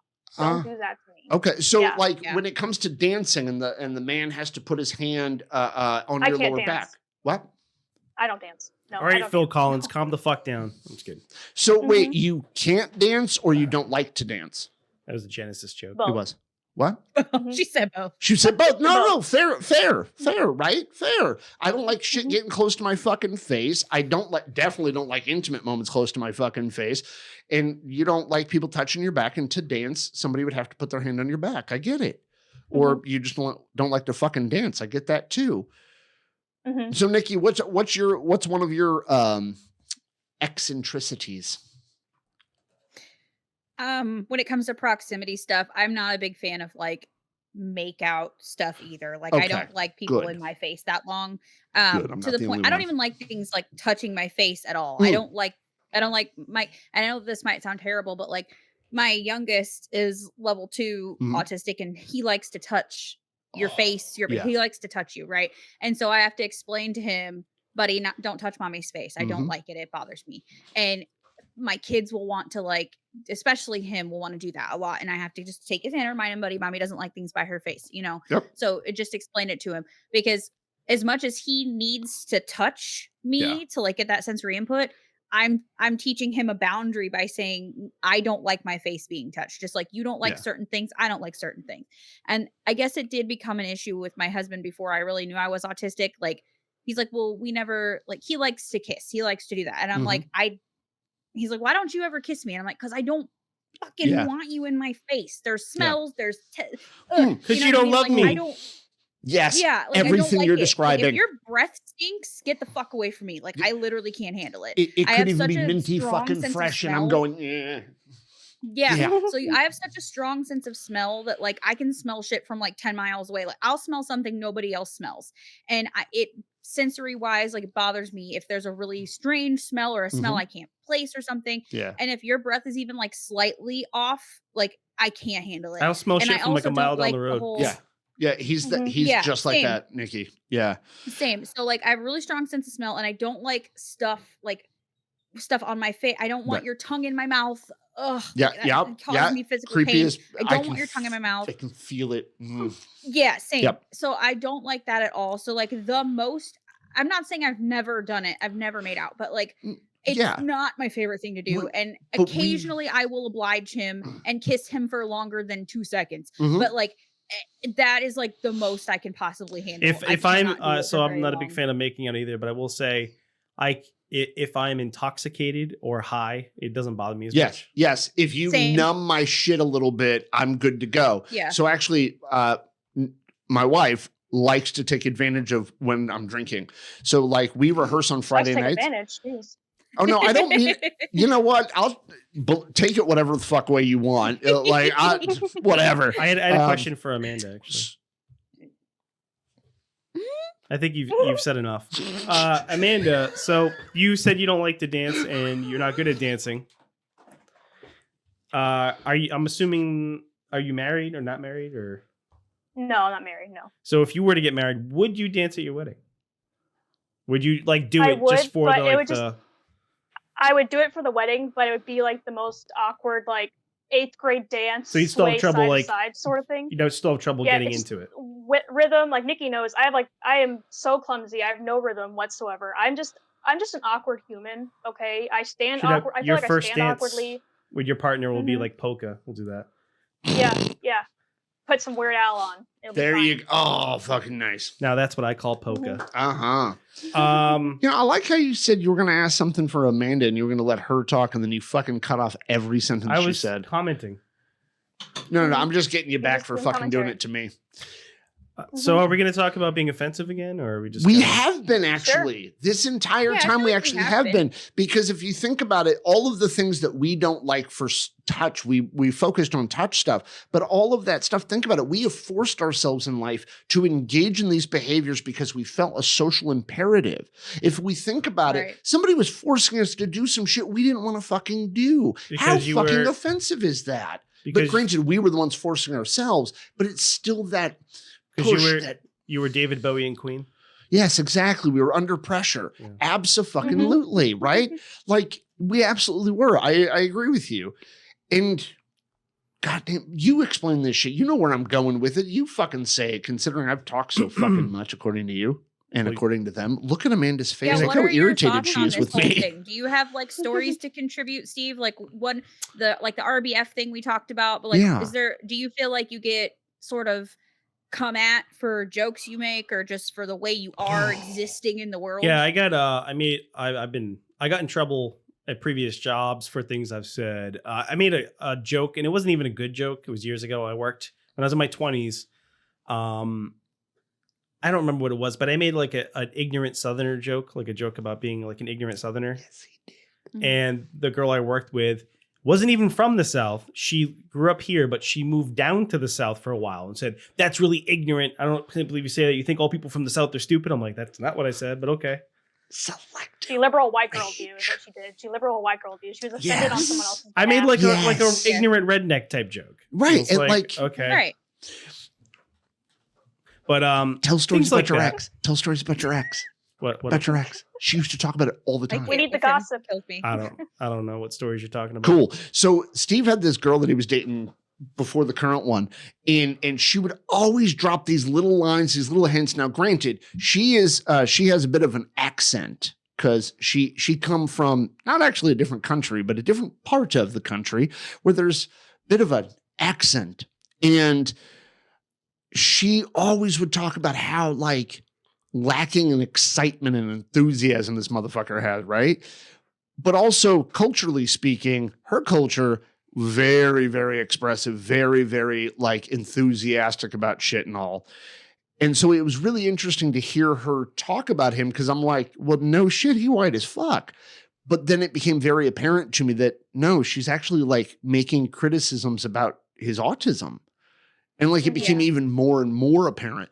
And I know, Nikki, you asked Steve about like him to tell stories, but clearly he was like, I don't know what else to say. But I got stories for him because I'm the mouthpiece. Yeah, like you'll talk for him. Yeah, he's the smart one. I'm the mouthpiece. Although you haven't done a blog post for a while, and people like your blog posts. So I made jokes at work that got me into trouble. Yeah. Also, another job. This is along the same line. It was like racially insensitive, but it wasn't like racist necessarily. But the joke. So I used to work with a bunch of Spanish people. Oh yeah. And I don't remember what it was that they were talking about. Something came up, and then some of them were talking in Spanish to each other, and I understood what they were saying. Mm-hmm. But then I just made like a sarcastic joke. So we speak English in this country, like as a joke. Yeah. But they apparently were offended by that. Or not all of them. One person was. One person complained. Yeah, but to me, that's not you making fun of Spanish people or the fact that they're even speaking Spanish. You're mocking those assholes who say that fucking Which shit. Which is what I was doing. And I did it in an accent. It wasn't even my voice. Right. But I got written up for that. So people wanting to be pissed off because they want to be pissed off. But it was just one girl who got offended by it. The rest of the people didn't give a shit. So I was like, wait. What color was the girl? Oh, she was Spanish. Oh, I thought you were going to say fucking white. No. Because it would have made way more sense to me. But like, obviously I don't feel that way. And the funny thing is the person who reported me, actually, we used to speak Spanish to each other all the time. So like she knew that I spoke Spanish and that I didn't have a problem with her speaking Spanish. It was just, I was joking. Like, wait. Were you dating that certain person at that time? Oh, okay. I was about to say, because if you were dating that certain person at that time, how in the fuck could this was just a lady I worked with that I used to like make jokes with and we talked. Right. The funny thing, we joked around all the time, but apparently that particular joke she didn't like. No, I'm assuming that like somebody had been like racist towards her at some point or said something like that to her, but they were serious about it, even though I was kidding. Yeah. And I can see why somebody would be offended by that, but I just kind of blurted it out. Like I didn't really think about it.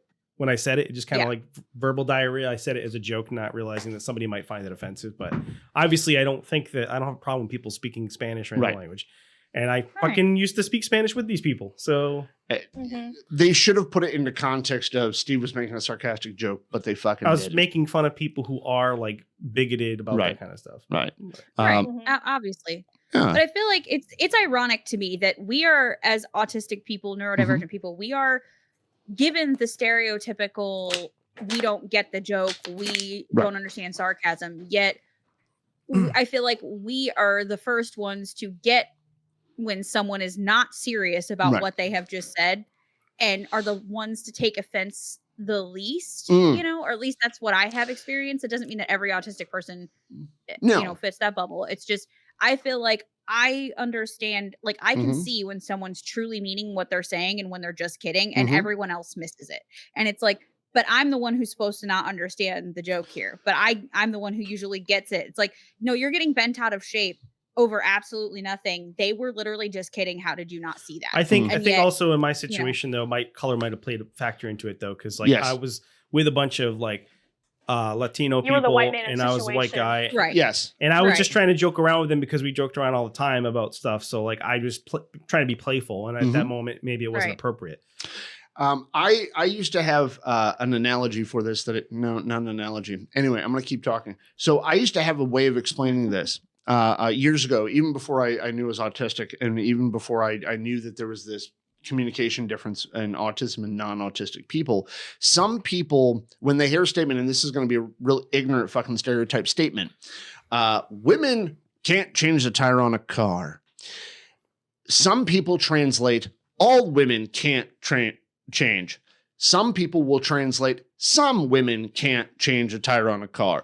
And then some people will put the women he has in his experience, women cannot, right? And the three of those are three very, very different statements, but it seems like to me that nowadays we haven't gotten to a point where we're putting those three pieces on there. It's always all, right? And if you are a white person or a person of color or a woman or actually gay had this argument with somebody the other day. People will translate it for you. All right. So a bunch of people on Facebook, there's somebody that we both are friends with on Facebook. Anyway, they posted this thing about the phrase "men are trash." There's this phrase people say like "men are trash," but they were saying that it doesn't mean all men are trash. But when you say men is trash, but I was like, well, I don't really care one way or the other if you want to say that. But to me, if you say men are trash, it sounds like the all is implied. So that was actually my point by the three different statements. I always imply, when I'm looking at any of those kinds of statements, I always imply in that person's experience, men are trash. And so I automatically go with, well, they've been fucking hurt by some dude, and that's what they're expressing is some level of frustration, anger, or fucking bitterness or hate or jealousy, whatever. It seems to me that neurotypical folk like to interject the word all more. And to your point, Nikki, I think autistic people, because of the way what we've had to deal with in our translation of the other world, I think we now know and look at those three different pieces that I mentioned far more. I mean, obviously there are certain ones of us in the community who just want to. What do you mean by the other world? Do we all receive like a handbook for the recently deceased? Yes, we do. Is this like the upside down? Yes, exactly. Yes, upside down. Yeah. What, you guys lost your manual there? Okay, let me send you the PDF. The other world in Beetlejuice. Like, is this Beetlejuice? Yeah, exactly. Like, what world are we going to? Yeah, exactly. Outworld, maybe? I feel like Mortal Kombat? Going back to the work thing a lot, I feel like my experience with this has happened quite a bit at work as well, especially because I was a stay-at-home mom for 7 years. So I didn't really like, I didn't really experience the work thing until about 2. I've been at this job for just over 2 years. She became socially feral. Yeah, I became socially feral. So like I went better back than becoming to Will work. Ferrell. That's true. No, man, Will Ferrell's awesome. Yeah, Will Ferrell's cool to me. I like Will Ferrell, unless he's recently done something to get himself canceled. I like Will Ferrell. But anyway, he's a hairy man.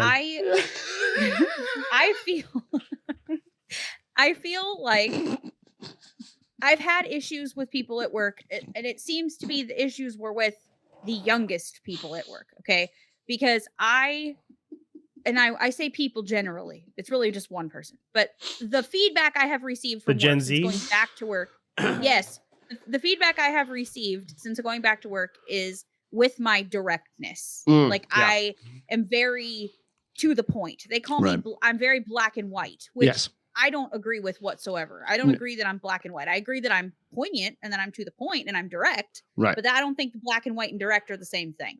So they think it does, though. They think those two are the exact same fucking thing. Yeah. So they're trying to pigeonhole me into this place of, well, that's just how she is. She's just direct, or this is just how she operates. Has anyone called you a boss bitch? Understands that. Yeah, just a bitch, really. But I technically am a boss bitch now. I am an assistant manager there. So I am like one of the boss bitches. I call myself the bootleg boss lady because I'm like, I am a boss lady, but I can't actually do anything to you. So like I am in charge, but I can't fire you. So I'm like the bootleg boss lady. And so like I am pigeonholed in this pocket of I am bitchy because I'm direct, right? And I've actually gotten that most of my life. Would you agree, Amanda, that most people said that about me in high school? Like, oh, she's bitchy because she's direct, right? Right. Yeah. Like so probably most of our high school, like, because we've known each other since freshman year, that people just always assumed Nikki was a bitch. Hold on. Yeah. This is what I used to get, this reaction. I don't know if you ever gotten this. People used to always be like, wow. Yeah. Yeah. Because I would say something and they were just so in awe that I would say that. I'm like, what? They're like, like that's not appropriate, or why would you say that? And I'm like, I don't know. Yeah. I always heard, why would you say that? You just ruined our chance. And I said, chance at what? And they were like, getting some or some shit like that. And I was like, oh, I didn't realize that's the goal. I didn't realize we were working towards that. I just thought we were talking to people. I've struggled with the fact of like, you talk about how the brutally honest thing, right? And the direct thing. I've in my life have struggled to understand when someone is actually looking for honesty and when someone is looking for you to placate them. Right. Yeah. So it's like, me too. Do you really want, like you were saying with your wife, like, do you really want me to Reddit be honest thing with you that right I now? mentioned? Yeah. Or the Reddit thing. Right. Yep. Or do you want me to placate you in this moment? And it's like when someone's coming to me with their problems, like that's when another issue I've had at work is like, if there's a coworker coming to me with an issue and I have a simple solution for your fucking problem, I'm assuming you want my solution or you wouldn't have come and talked to me about it. I'm assuming you want my advice or sometimes people just want to bitch. Told me about it. Right. And you probably already know this. Listen for the question mark. When they say, when it ends with, what do you think? Free reign right there. Free fucking reign. Right. Sorry, well, that was a very hard lesson for me to learn. Yes. Go ahead. Amanda and I have talked about this.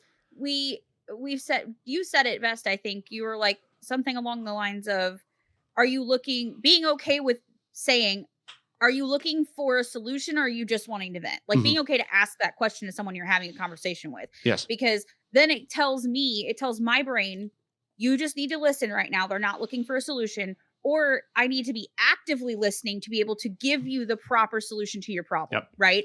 Am I just here as a vessel to receive whatever you need to say right now to help yourself feel better? Or are you actively looking for my advice? So I've had to learn to meter that, but my directness got me to the position I'm in. It's what everybody doesn't like about me, but it got me to the place where, what now? Oh, well, you said it's gotten you to the place you were at. You mean being a bootleg bitch? Sorry. Yeah, being a bootleg bitch. Being the bootleg boss lady. Yes. Oh, boss lady. That's what you meant, being a boss. Bootleg boss lady. Yes. So it got me to the position I'm in because my actual boss lady respects the fact that I see what needs to be fucking done and I just do it. She doesn't have to baby me. She doesn't have to hold my hand. She knows that if she leaves me with something, I will finish that task or die trying. That is what I'm good at. right? That's my boss too. Here's so that is what got me to where I am, yet it's what everybody hates me for. And I've battled that my whole life. I've climbed ladders that I should not have been able to climb at this position as quickly as I have done it. I have raised my pay by $5 an hour and gained 2 extra roles at this job in less than 2 years because I am a direct boss bitch. That's what I do, right? So here, but it's what I'm hated for at the same time. I wanted to share a piece of advice unsolicited. So here I am mansplaining to you. No, go for it. Wait. Is there a question mark? Hold on. So no, because I have experience with this. So one thing that I've had the same issues that you guys have had as far as like figuring out when people just want to complain. You didn't start with, well, actually. When people want to just complain and when somebody actually wants advice.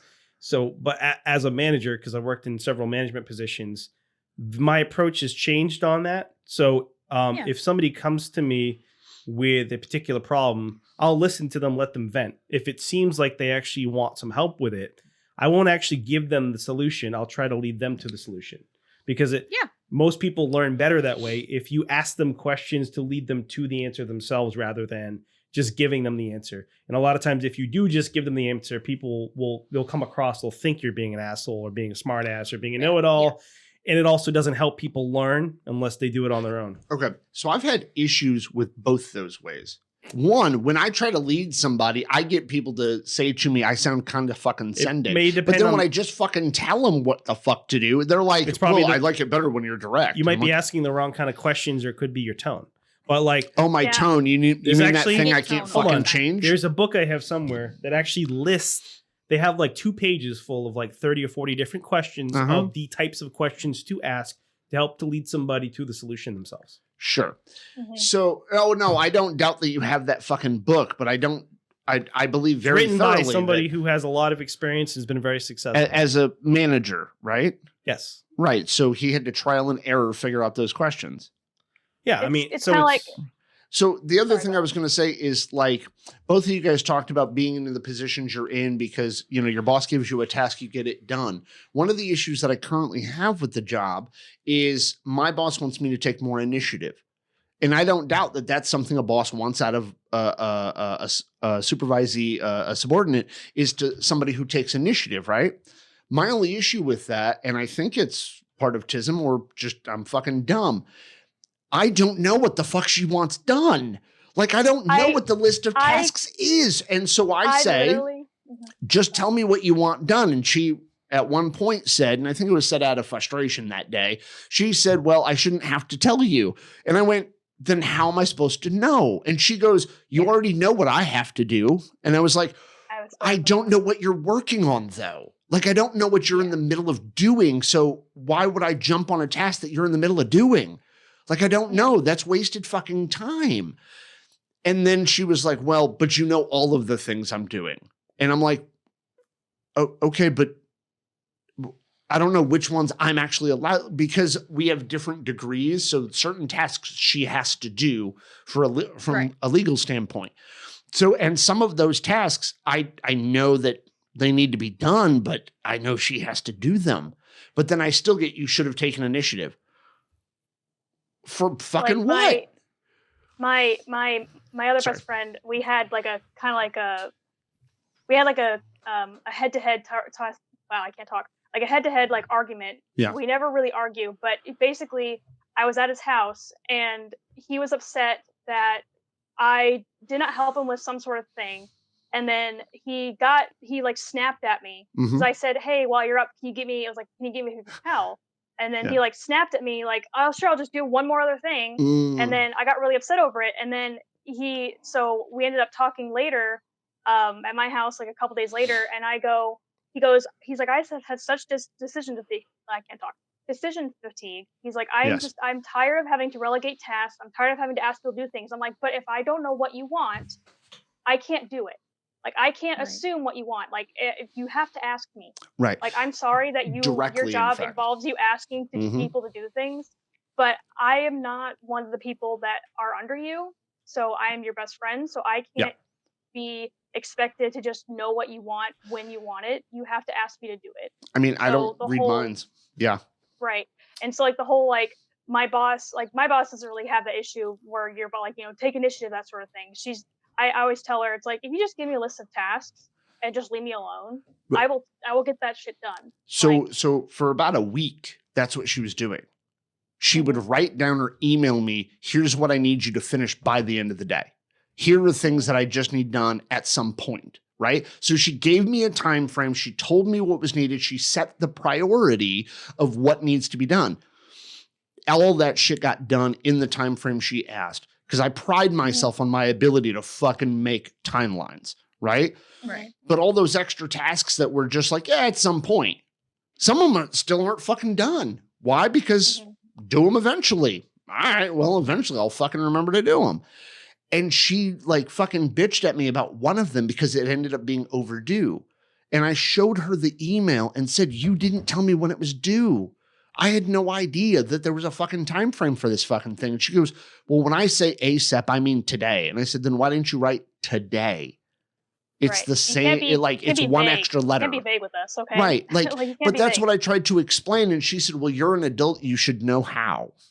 And I was like, yep, now you're letting me know where you stand. An intellectual disability. Well, hold on. It's like that's covered by law. And this is an accommodation that I'm asking you for, which is to please give me a timeline.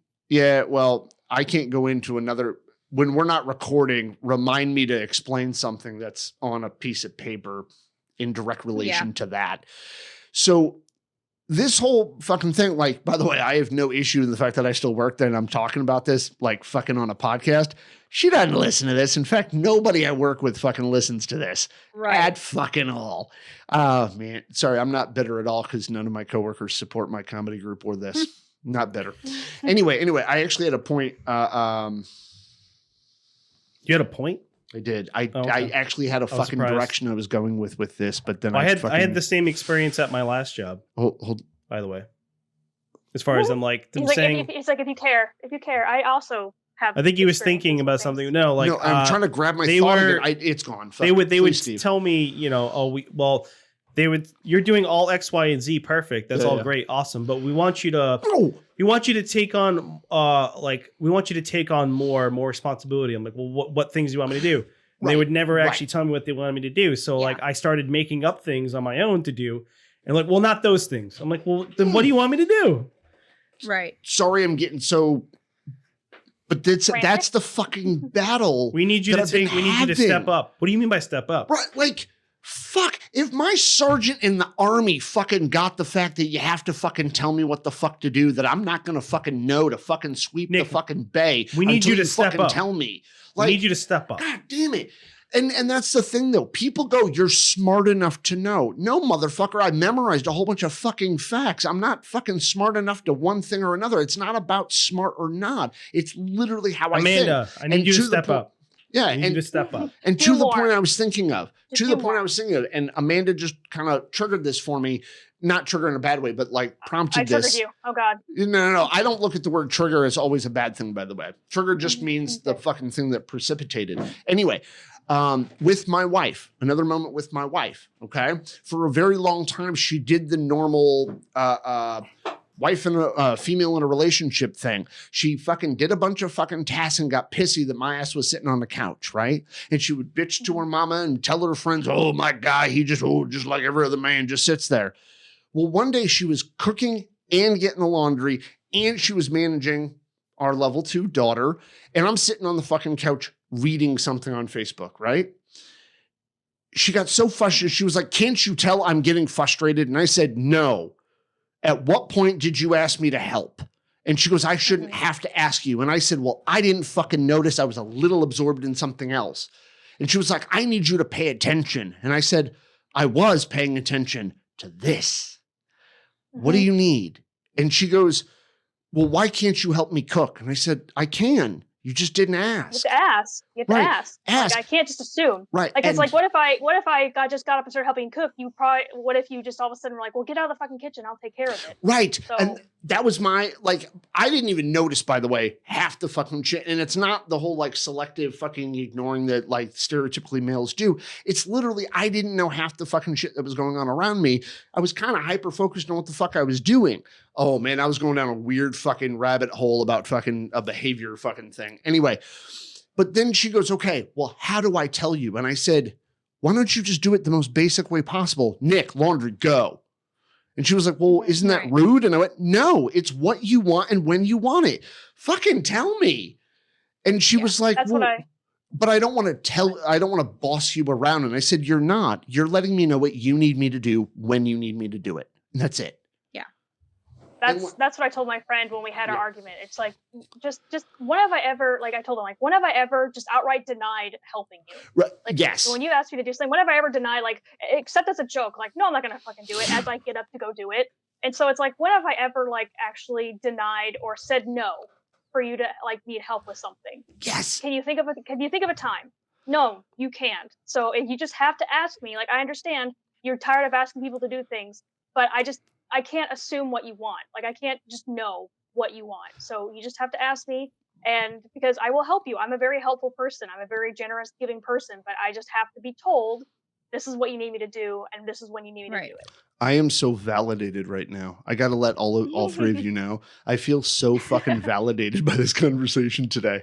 But that's also part of what's like driving my energy and my reactions is I honest to God feel super fucking validated by the two of you. Because I don't feel like I'm the only fucking one.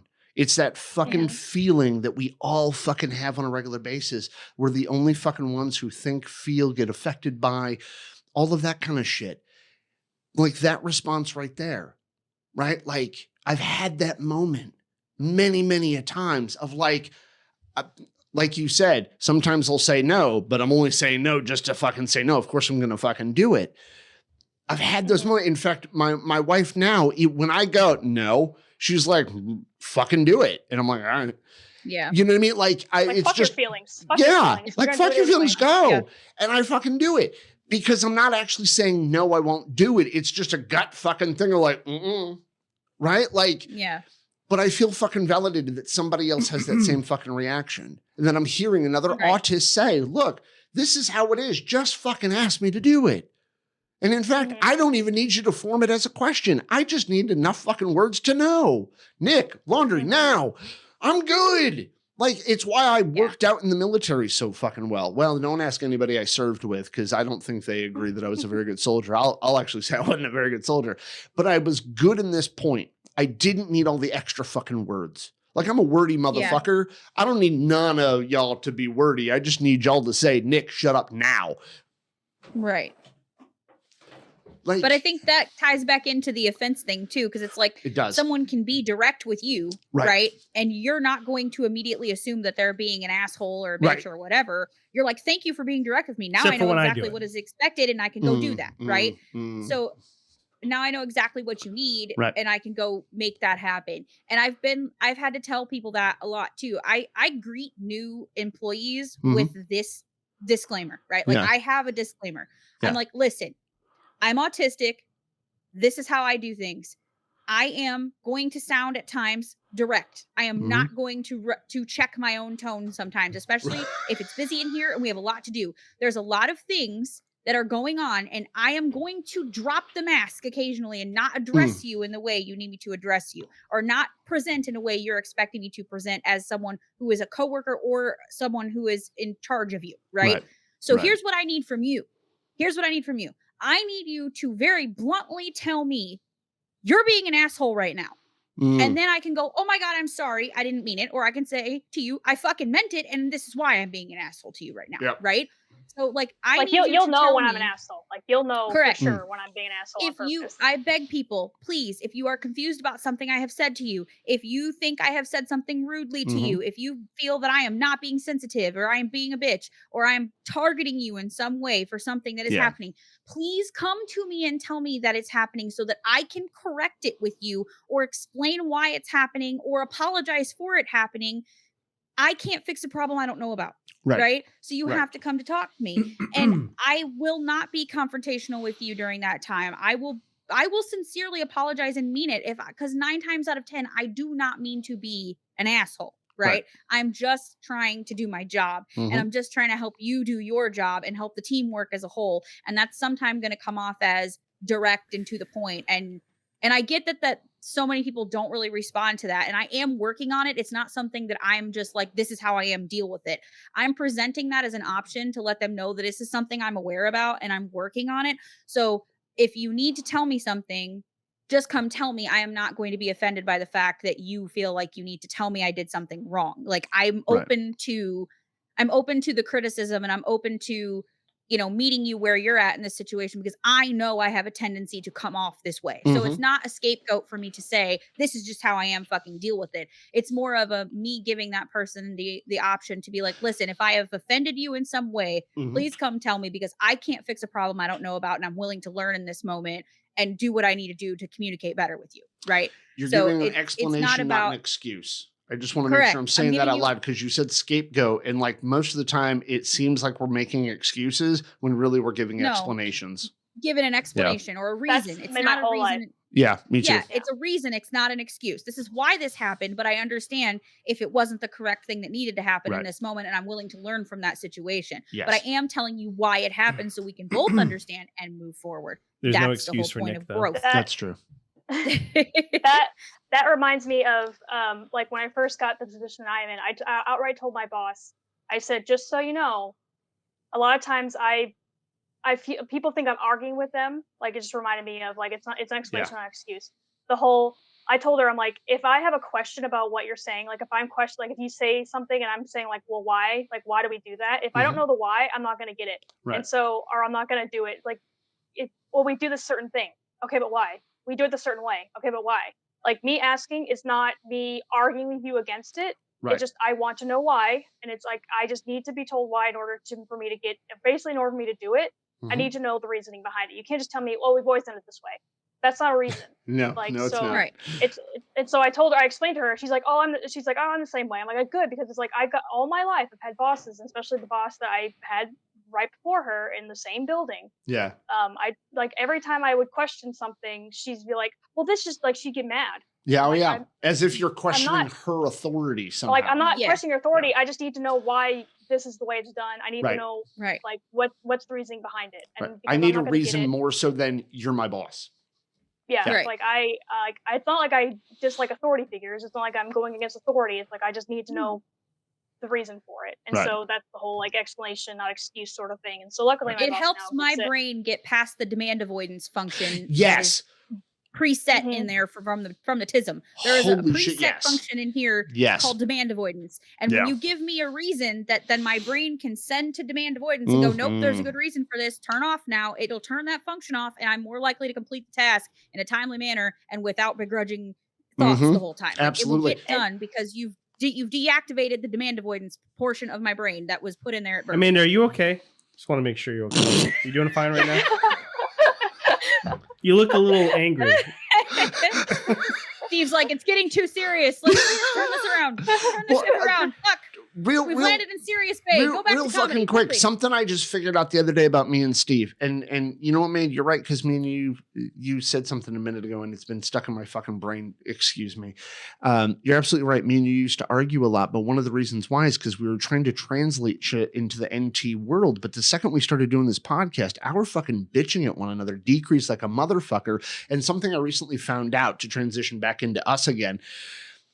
I have more PDA than he does, right? I've got a stronger sense of PDA than he has, but he has a stronger RSD than I do. Yeah. Like. Oh, we took that test. Like, I definitely have stronger RSD. You know what I mean? So. But my PDA is way up, right? Like, this motherfucker can stay on task for this fucking podcast and make videos and posts and all that shit. And, like, he's good. Ooh, I got my list of shit. I can do my list of shit. I make the list and go, right? Same. But But when it comes to talking to people or emailing people, even though he's a better writer than I am, so I actually ask him to do it. But like, I have no problem emailing you and hearing, I don't want to do your podcast. I'm like, later. And I can move on to the next one because I'm okay dealing with somebody not liking me because I've accepted fuckers ain't gonna like me. And I automatically assume you're not gonna like me up front. So I just engage with you with that assumption. I do have a problem with authority though.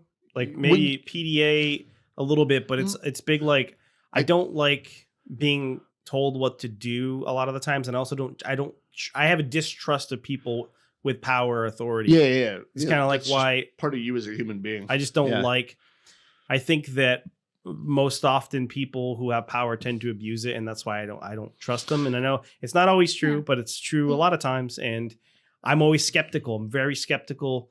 And I've had a lot of bad personal experiences with people who have authority or have power. Where did that come from, considering what I just said? PDA.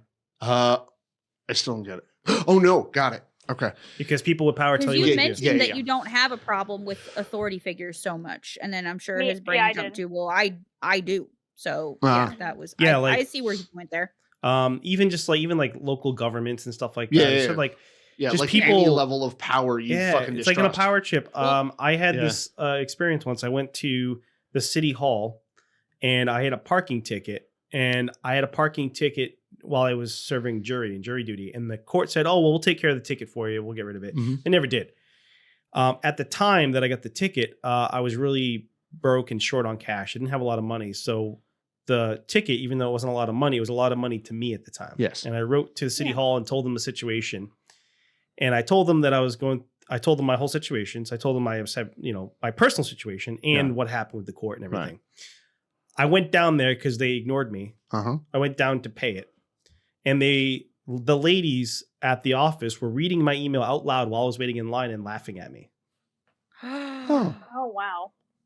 And so stuff like that. But that's only one experience I've had. But I've had multiple experiences like that where people who are in positions of power, especially like people who work for unelected positions, people in bureaucratic positions where they're given a certain level of power authority and they're not elected and they feel like they can do whatever the fuck they want because there's no accountability. And you're just a citizen who's a peon and they can do whatever they want. Yeah. And they don't, sometimes they don't have the authority to make any judgment calls. That is a true statement. And if they do, they don't give a fuck anyway. Right.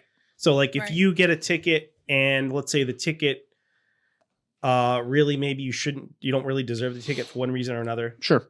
But they're just like, oh, fuck you. Okay. Yeah. Well, because they don't give a shit because it doesn't actually affect their fucking day. Right. And the problem when you have anybody who's in a position of power, like if you're a bureaucracy specifically, there's no one to hold you accountable because the taxpayers aren't electing you. Right. You're put into power by someone else. And you have no competition. It's not like if McDonald's is serving me shitty food, I can go over to Burger King. I have no choice but to use these services that are provided to me by the state. Yeah.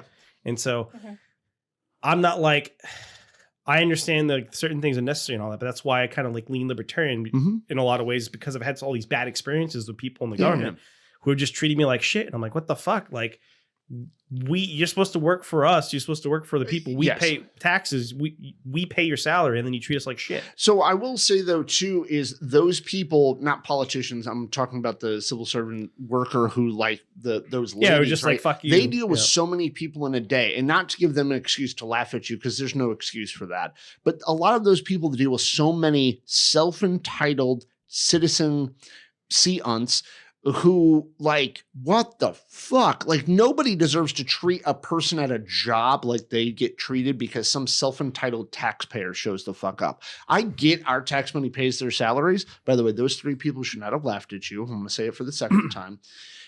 But like DMV workers, right? I get why they're so fucking jaded and so fucking demotivated to like rush their fucking jobs to help you get through the line. I get that. People are so self-entitled when they go to the fucking DMV or RMV. Like we call it a fucking RMV here. It's a person at a counter. They are the lowest level employee at that fucking facility. They didn't make any of the goddamn policies of why you're pissed off. Stop treating them as if they owe you something because your tax dollars pay their salary. So fucking what? Yeah. We all pay she fucking pays her own salary. She's paying fucking taxes, right? Like, and the reason why I'm specifying a female employee is because I specifically had a moment at the Connecticut DMV where they had this big open room, a whole bunch of chairs, and you're watching a board with numbers go by. And I'm sitting in the chair listening to a ton of people walk up to this woman's window and like bitch at her because they had to sit and wait for their number 3 times today because you people needed one more fucking phone bill from me. She didn't make that policy. She didn't do anything but sit her ass in a chair behind a counter and tell you what you needed for her to be able to process it. She didn't force you to sit here 3 times in one day. You could have come back the fuck tomorrow. Or maybe you couldn't because you have to go to work tomorrow, but that's not her problem again. But you're going to give her that attitude. Sorry to jump on that. Sorry. It's just that bothers me when people, like when you bitch at the barista at Starbucks because 13 people are standing in front of you in line. It's not her fucking fault. You're already running late for work, but you got to have your fucking coffee. It's not her fucking fault. It's not his fucking fault. Who's standing back there? Sorry, I get really bitchy when people fucking act self-entitled. Yeah, but I've never come in and like been like, well, do you know who I am or anything like that? I've never been like that. No, I don't mean it like that. It's just some people actually say the words, I pay your salary. Yeah. And like, I've that's never had self-entitled that attitude, bullshit. But I've had people just treat me like crap or like general incompetence too. Yeah, like I went to incompetence. I went to City Hall once to pay a tax bill and they sent me to another building. Went to that building. By the way, I was taking time off work that day to go pay it. Went down. They sent me to another building. I went to that building. Said, no, you need to go back to City Hall. I went back to City Hall. They said, no, you need to go back to. I'm like, what the? I went back and forth 4 times before I finally get to pay the bill. Yeah. Because they kept telling me like, oh, you need to go see this person. But like, I'm just tell me what I need. Like you send me back and forth and I didn't get anywhere. Back and forth. They kept sending me to another person between like buildings that were like 10 minutes apart. I'm like, what the fuck? No, absolutely agreed. Could they have done a better job to direct you in the right direction? Absolutely, they could have. Nobody wanted to actually try to solve the problem for me. They just kept pointing me to somebody else. Well, because in their estimation, as long as you're not standing in front of them, they did their job. So I don't get enough. I don't get paid enough to deal with this shit. Yeah, no matter how much somebody pays you, you're gonna say that shit. I wasn't rude to any of them. I started to get annoyed after I had spent like 3 hours going back and forth. I'm like, I just want to pay this fucking bill. Right. Yeah, I gotcha. So I will say that like his issue with authority actually has caused tension with me and him. So at some point in our comedy group, I kind of became like de facto fucking in charge somehow or some shit. Or at least by a majority of the people. And we kind of came into conflict because he started seeing the way I was talking as being his boss. And I had to reassure him, I am not your fucking boss. Like we started this group together. Like we have always talked about things together. Me, him, and my partner have always discussed every decision we've ever made in the group together. Neither one of us have ever made a decision without the other one. And so he's always been right there, my equal, my partner in everything. But because other people were looking to me in that de facto position, like I didn't say, can I be the boss? By no fucking means. But we had that conflict with each other because his distrust of fucking authority, his rebellious, angsty nature, if you will, right? I just so emo, geez. What? Say that again? So you're so emo, geez. Right. Be more like punk. Yeah, more like punk. Yeah, I mean, honestly, that's the original punk movement, right? Step against authority just purely because it's authority. What gives you the fucking right? I didn't put you in charge, right? That kind of idea. At the same time, I also know that I walk in a room, and I don't necessarily mean to do this. I walk in a room with an air of authority. Not that I have any necessarily, but I walk in the fucking room as if my ass can make some decisions. He's like, do you know who I am? Yeah, like I walk in the room that way, and I don't necessarily mean to, but that's just kind of how I come across to people that like, Nick just thinks he knows everything. Oh, Nick just thinks he can tell people what to do. No, I'm actually making a suggestion. Why don't we do this? I'm not telling nobody to do shit. I thought you came across because you got turned on by playing tic-tac-toe. I get the know-it-all thing a lot too. I had to visualize that fucking joke. Nikki, that reminds me of like when we did like Scott's wedding. You kind of like took over, not in a bad way. You like took over like when we were decorating everything. You're like, okay, just if you have any questions, just come to me. It's fine. I'll just direct you to do what we need to do. Yeah, I was so ready for one of those people who didn't know me to be like, who the fuck is this bitch and why is she here running shit?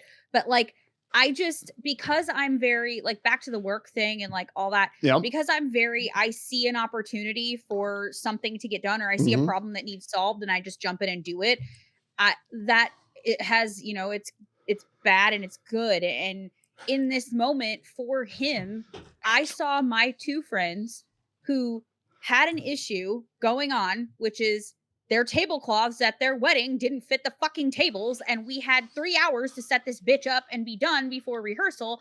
And I said, fuck everybody. I'm in charge now. We're going to make this happen. I grabbed Amanda. I said, this is what we're fucking doing. She's like, I'm down. Let's go. We confronted his partner. We were like, listen, this is what needs to happen. Don't even tell me no. We're paying for it. We're going to go make it happen. And we literally went and made it fucking happen. And we threw this wedding together so fucking fast. Like, it was so quick. That's just what I do. I just solve the fucking problem. I just get in there and get it done. But again, that's like another validating bad, right? fucking moment, because I've always shit on myself for doing that, for stepping in and just trying to get it done. I've always shit on myself for that attitude, but like, I'm not the only fucking one, and it's literally for the same reason. Did I say, Amanda? I hope he's not going to be mad at me, but I just feel like this needs to happen. Like, right. And I did too. I'd be like, oh, I hope he's not upset. Like, and I apologized several times. Like, I'm sorry. I just kind of jumped in and took action. He was like, no, I'm glad you did. Thank God you did, because I didn't know what else to do. Because so, it got but done. I did several times apologize because I'm like, someone's going to be pissed off that I just like feels like I just took like ramrodded over everybody else's wants and needs. But ramrodded? It's kind of like the fuck expression is that? I don't know. Fucking okay. Like a ramrod. It's kind of like a ramrod. Okay. From a gun, like World War II, the ramrod. Fucking shovey gunpowdery thing. Right. Yeah. Amanda? Oh, I was gonna say, like at my job, I'm not like a supervisor or anything. Like I'm like above people, but I'm not their boss, if that makes sense. Like, you're above them because you're just better than them. Yeah, I am. Yes. I am. I even sit on a pedestal. There you go. So but they'll come to me, and then like I'm with like the whole venting versus are you wanting to vent or you want a solution? So I gotten to the point where I'm just like, so are you just wanting me to listen to you, or are you wanting me to tell you how to fix it? Because you ranting at me right now. I'm a very like actually like a passive person. So usually like with you and with you guys, how you kind of like one of you kind of became the de facto leader. For me, like Nikki is the de facto leader. Like she's more about taking charge, where I'm just like, I'll do the things you want me to do. Like I will do everything you ask of me, but I don't like making decisions. I don't like being in charge. I'm a very passive person. By the way, I know full well he can see me on the TV in front of me. I know full well he can see me doing this shit. And I love the fact he's ignoring me, because it's way fucking funnier when he does it. By the way, Amanda, everything you just described, you and Steve are the equivalencies. Me and Nikki are the equivalencies. How many times? I can make decisions, though. I just don't always like to. And it's not that Amanda can't make decisions. It's just when it comes to when the two of them are next to each other evaluating a moment, Nikki's going to go, bam, I got something. Let's go do it. And Amanda's going to go, all right, cool. And they're going to fucking go and do it. That's how we do things a lot too. And like generally, instead of voicing to the group, when you have an idea for something, you immediately text me or message me on Messenger and go, hey, dude, I really want to do this. What do you think is going to happen? Do you think people will get it done? What's up with it? And I go, okay, do you want me to bring it up? And you go, well, do you think it's a good idea? And I'm like, yeah, fucking right. And then very next rehearsal, I immediately tell everybody. Chats too. What? Mm-hmm. That's why I do my group chats too. Like I'll message the person, one of the people directly. I'm like, okay, what do you think about this? And they're like, yeah, it sounds good. And then I'll message it to the group or have him message it to the group. Right. And so me on the other hand, I just think it and say it. And I'm assuming Nikki is very similar to that. Yeah. Right? Like they're fucking us, There's man. Wait, no, let me say that a different way. In both. Yeah, no, absolutely. There is. You're absolutely right. And there are times where his way is fucking way better. Like there have been times where my approach of onto people has not come across very well. And I would say even in our comedy group. well, it's kind of like reading the room. It's like the whole going back to the being offended thing. It's like when you get to a group of people and it's like, okay, will they be offended if I try taking charge, or will they want me to just kind of like bleed it? Like, can't phrase this correctly, but basically just become a part of the group and like be more of a collective, or do they need someone to take charge? Right. Like, do they want me to be direct? Do they need me to do this? Like, because I've made coworkers cry for me just being direct and like me offending them basically. I shouldn't be so happy that I've done it too, but I am. Right. I'm fucking happy. I'm hearing somebody else say I've made a coworker cry. It's so validated. Sorry. So yeah, I literally made coworkers cry because I just was blunt with them, and it's like I wasn't trying to be rude. It's just I just basically spoke what was on my mind, and they went off and cried about it. I'm like, I'm okay. You can do that if you want. That's your prerogative. I've made doves cry. You have made doves cry. Yes, you have. Thank you, Prince. Fuck that fucking like flatlined my fucking thought process right there. I think we need to I circle around towards the end of this. Yeah, we do. I think it is getting close to that time. It's probably close to that time for you two as well. I mean, we do have a comedy show that we have to get to tonight. And actually it's getting super close to that time. I'm headlining. You are. By headlining, he means we're going to shove him in a trunk so he's not seen for 2 hours. I thought you were going to say I'm manning the glory hole tonight. Thank God you're the one in the fucking porta potty tonight. Get it? Like headlining? My God. Yeah. Bad joke. Okay, so let's do a wrap up. We all agree that we've all been treated less than decently or less than fair just because we look, speak, sound, behave in a way in which is not considered the norm, but it's just the way we are, and we have no ill intention behind it, correct? We're offensive. Right. Yep. We're offensive, but it's only offensive to fuckers who don't want to look beyond the surface. Right? Right. It's fuckers who don't go, hey, Nikki, what'd you mean? You know what I mean? Like that's what's missing in all of this is we have to do that for them because we know there's something about us where we might have missed something. Right. Just fucking ask me. If you want to know. Nick, why are you getting so loud? Cause of fucking mania. I'm not angry about anything. I just fucking get all uppity sometimes. Just ignore that shit. Nick, why does your face look like you just threw up? It has nothing to do with the way your makeup looks. Not at all. No, like I think I need a soundboard for moments like this. I'm going to get a plug-in. Oh, where I get loud? We have one, and I am in charge of it. Wait, hold on a sec. Let me just check. Amanda, are you okay? I want to make sure. Amanda, you don't look okay to me. Are you still with us? Yeah, I'm dying actually on the inside. Okay, yeah, I mean, she does have an innate ability to sit so still. I thought her internet connection fucking failed. Just fucking. So how is it being a Morgendorfer? A what? Wait, what? A what? Daria. Isn't her last name Morgendorfer? Okay, because I'm like, what? I just always know her as Daria. But wow, excuse me. Apparently, I know more about Daria than you. Yeah, like who the fuck remembers Daria's last name? Because Lauren's been watching it lately. Oh, that's why you remember. She's been rewatching all of Daria. With all of that being said, does anybody have any final thoughts about us being offensive or being considered offensive in a world of fucking assumptive people? I almost used the C word. I think that you should have another sandwich with lots of hummus on it. That's what I think. Anybody got a final fucking opinion? What? I think assuming makes an ass out of you and me. I enjoy that phrase. I think their assumption doesn't make an ass out of me at all. It makes them a fucking ignorant bastard. Go ahead. Agreed. I'm the perfect one, okay? I'm the perfect one. I like that better. Right? Like, because honest to God, every time ass out of you. I rarely make assumptions about what you're thinking, but I definitely will speculate the shit out of it. And if I'm wrong, tell me.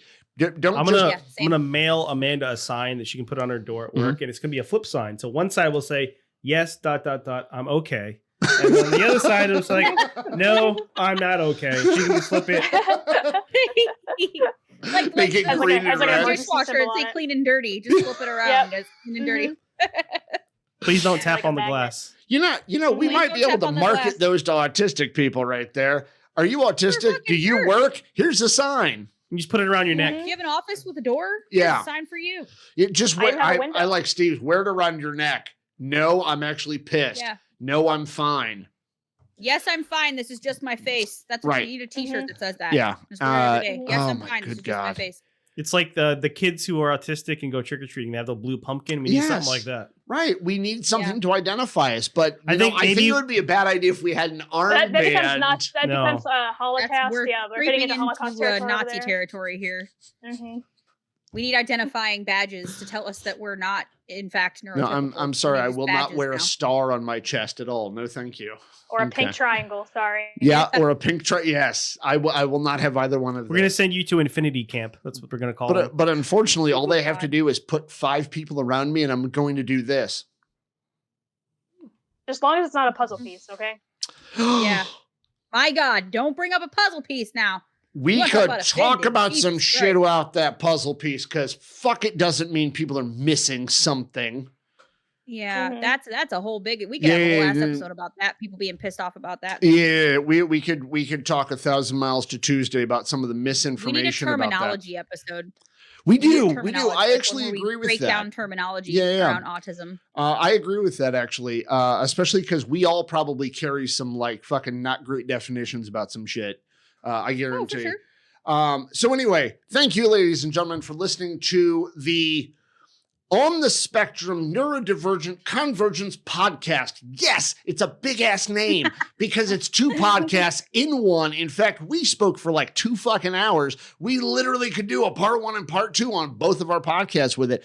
But if you liked, disliked, agreed, disagreed, or just want to add to our conversation, feel free to put a comment on either one of our podcast social media sites, preferably on Spotify, because bitches, it helps us. If you've listened to the whole episode and you've gotten to this point, please leave a comment saying that Nick is an asshole. Yeah, please fucking put a comment that I'm an asshole at this point. Anyway.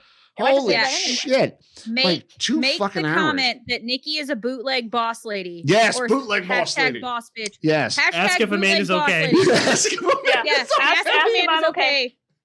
Hashtag Amanda's okay. Yeah. Amanda, are you okay? Are you okay, Amanda? oh. Yes. Awesome Alien reference. Ant Farm. Awesome reference. All right. So, seriously, you think that's the best version of that song? It's the version I grew up on, okay? Steve, we've got to stop talking to these people. We got to stop talking to them. Just listen. Like right now. I do like the Michael Jackson song. Don't worry, I do. Even though he's very problematic human, I do like his music. Hey, you know what? Let's separate the skill from the human being. Or same with J.K. Rowling. You could say the same thing about J.K. Rowling. But let's not try to do that for R. Kelly, because his fucking songs were about children. So let's not do that for him. I get it. Anyway, beyond that point, thank you very much. You did it again. Whoa. I guess. I was about to say, Amanda just got pissed off and left. I brought up R. Kelly. She was like, fuck this shit. I'm out. My mind's telling me no. Oh, good God. I have that on our soundboard. All right. So, ladies, thank you very much for joining us today. We were really happy to be on your podcast as well, because we're doing the mutual show. But once again, if you have anything to say about this episode, please put it in our comments. Please reach out to either set of our podcasts to talk to us, to let us know what's going on. And if you want to see more episodes of us joining together, making our autism powers combined, let us know. Thank you very much, everybody. We need to figure out what our rings would be. We would oh, God, yeah. That'd be great. Captain Planet this shit. Captain Planet. Goodbye.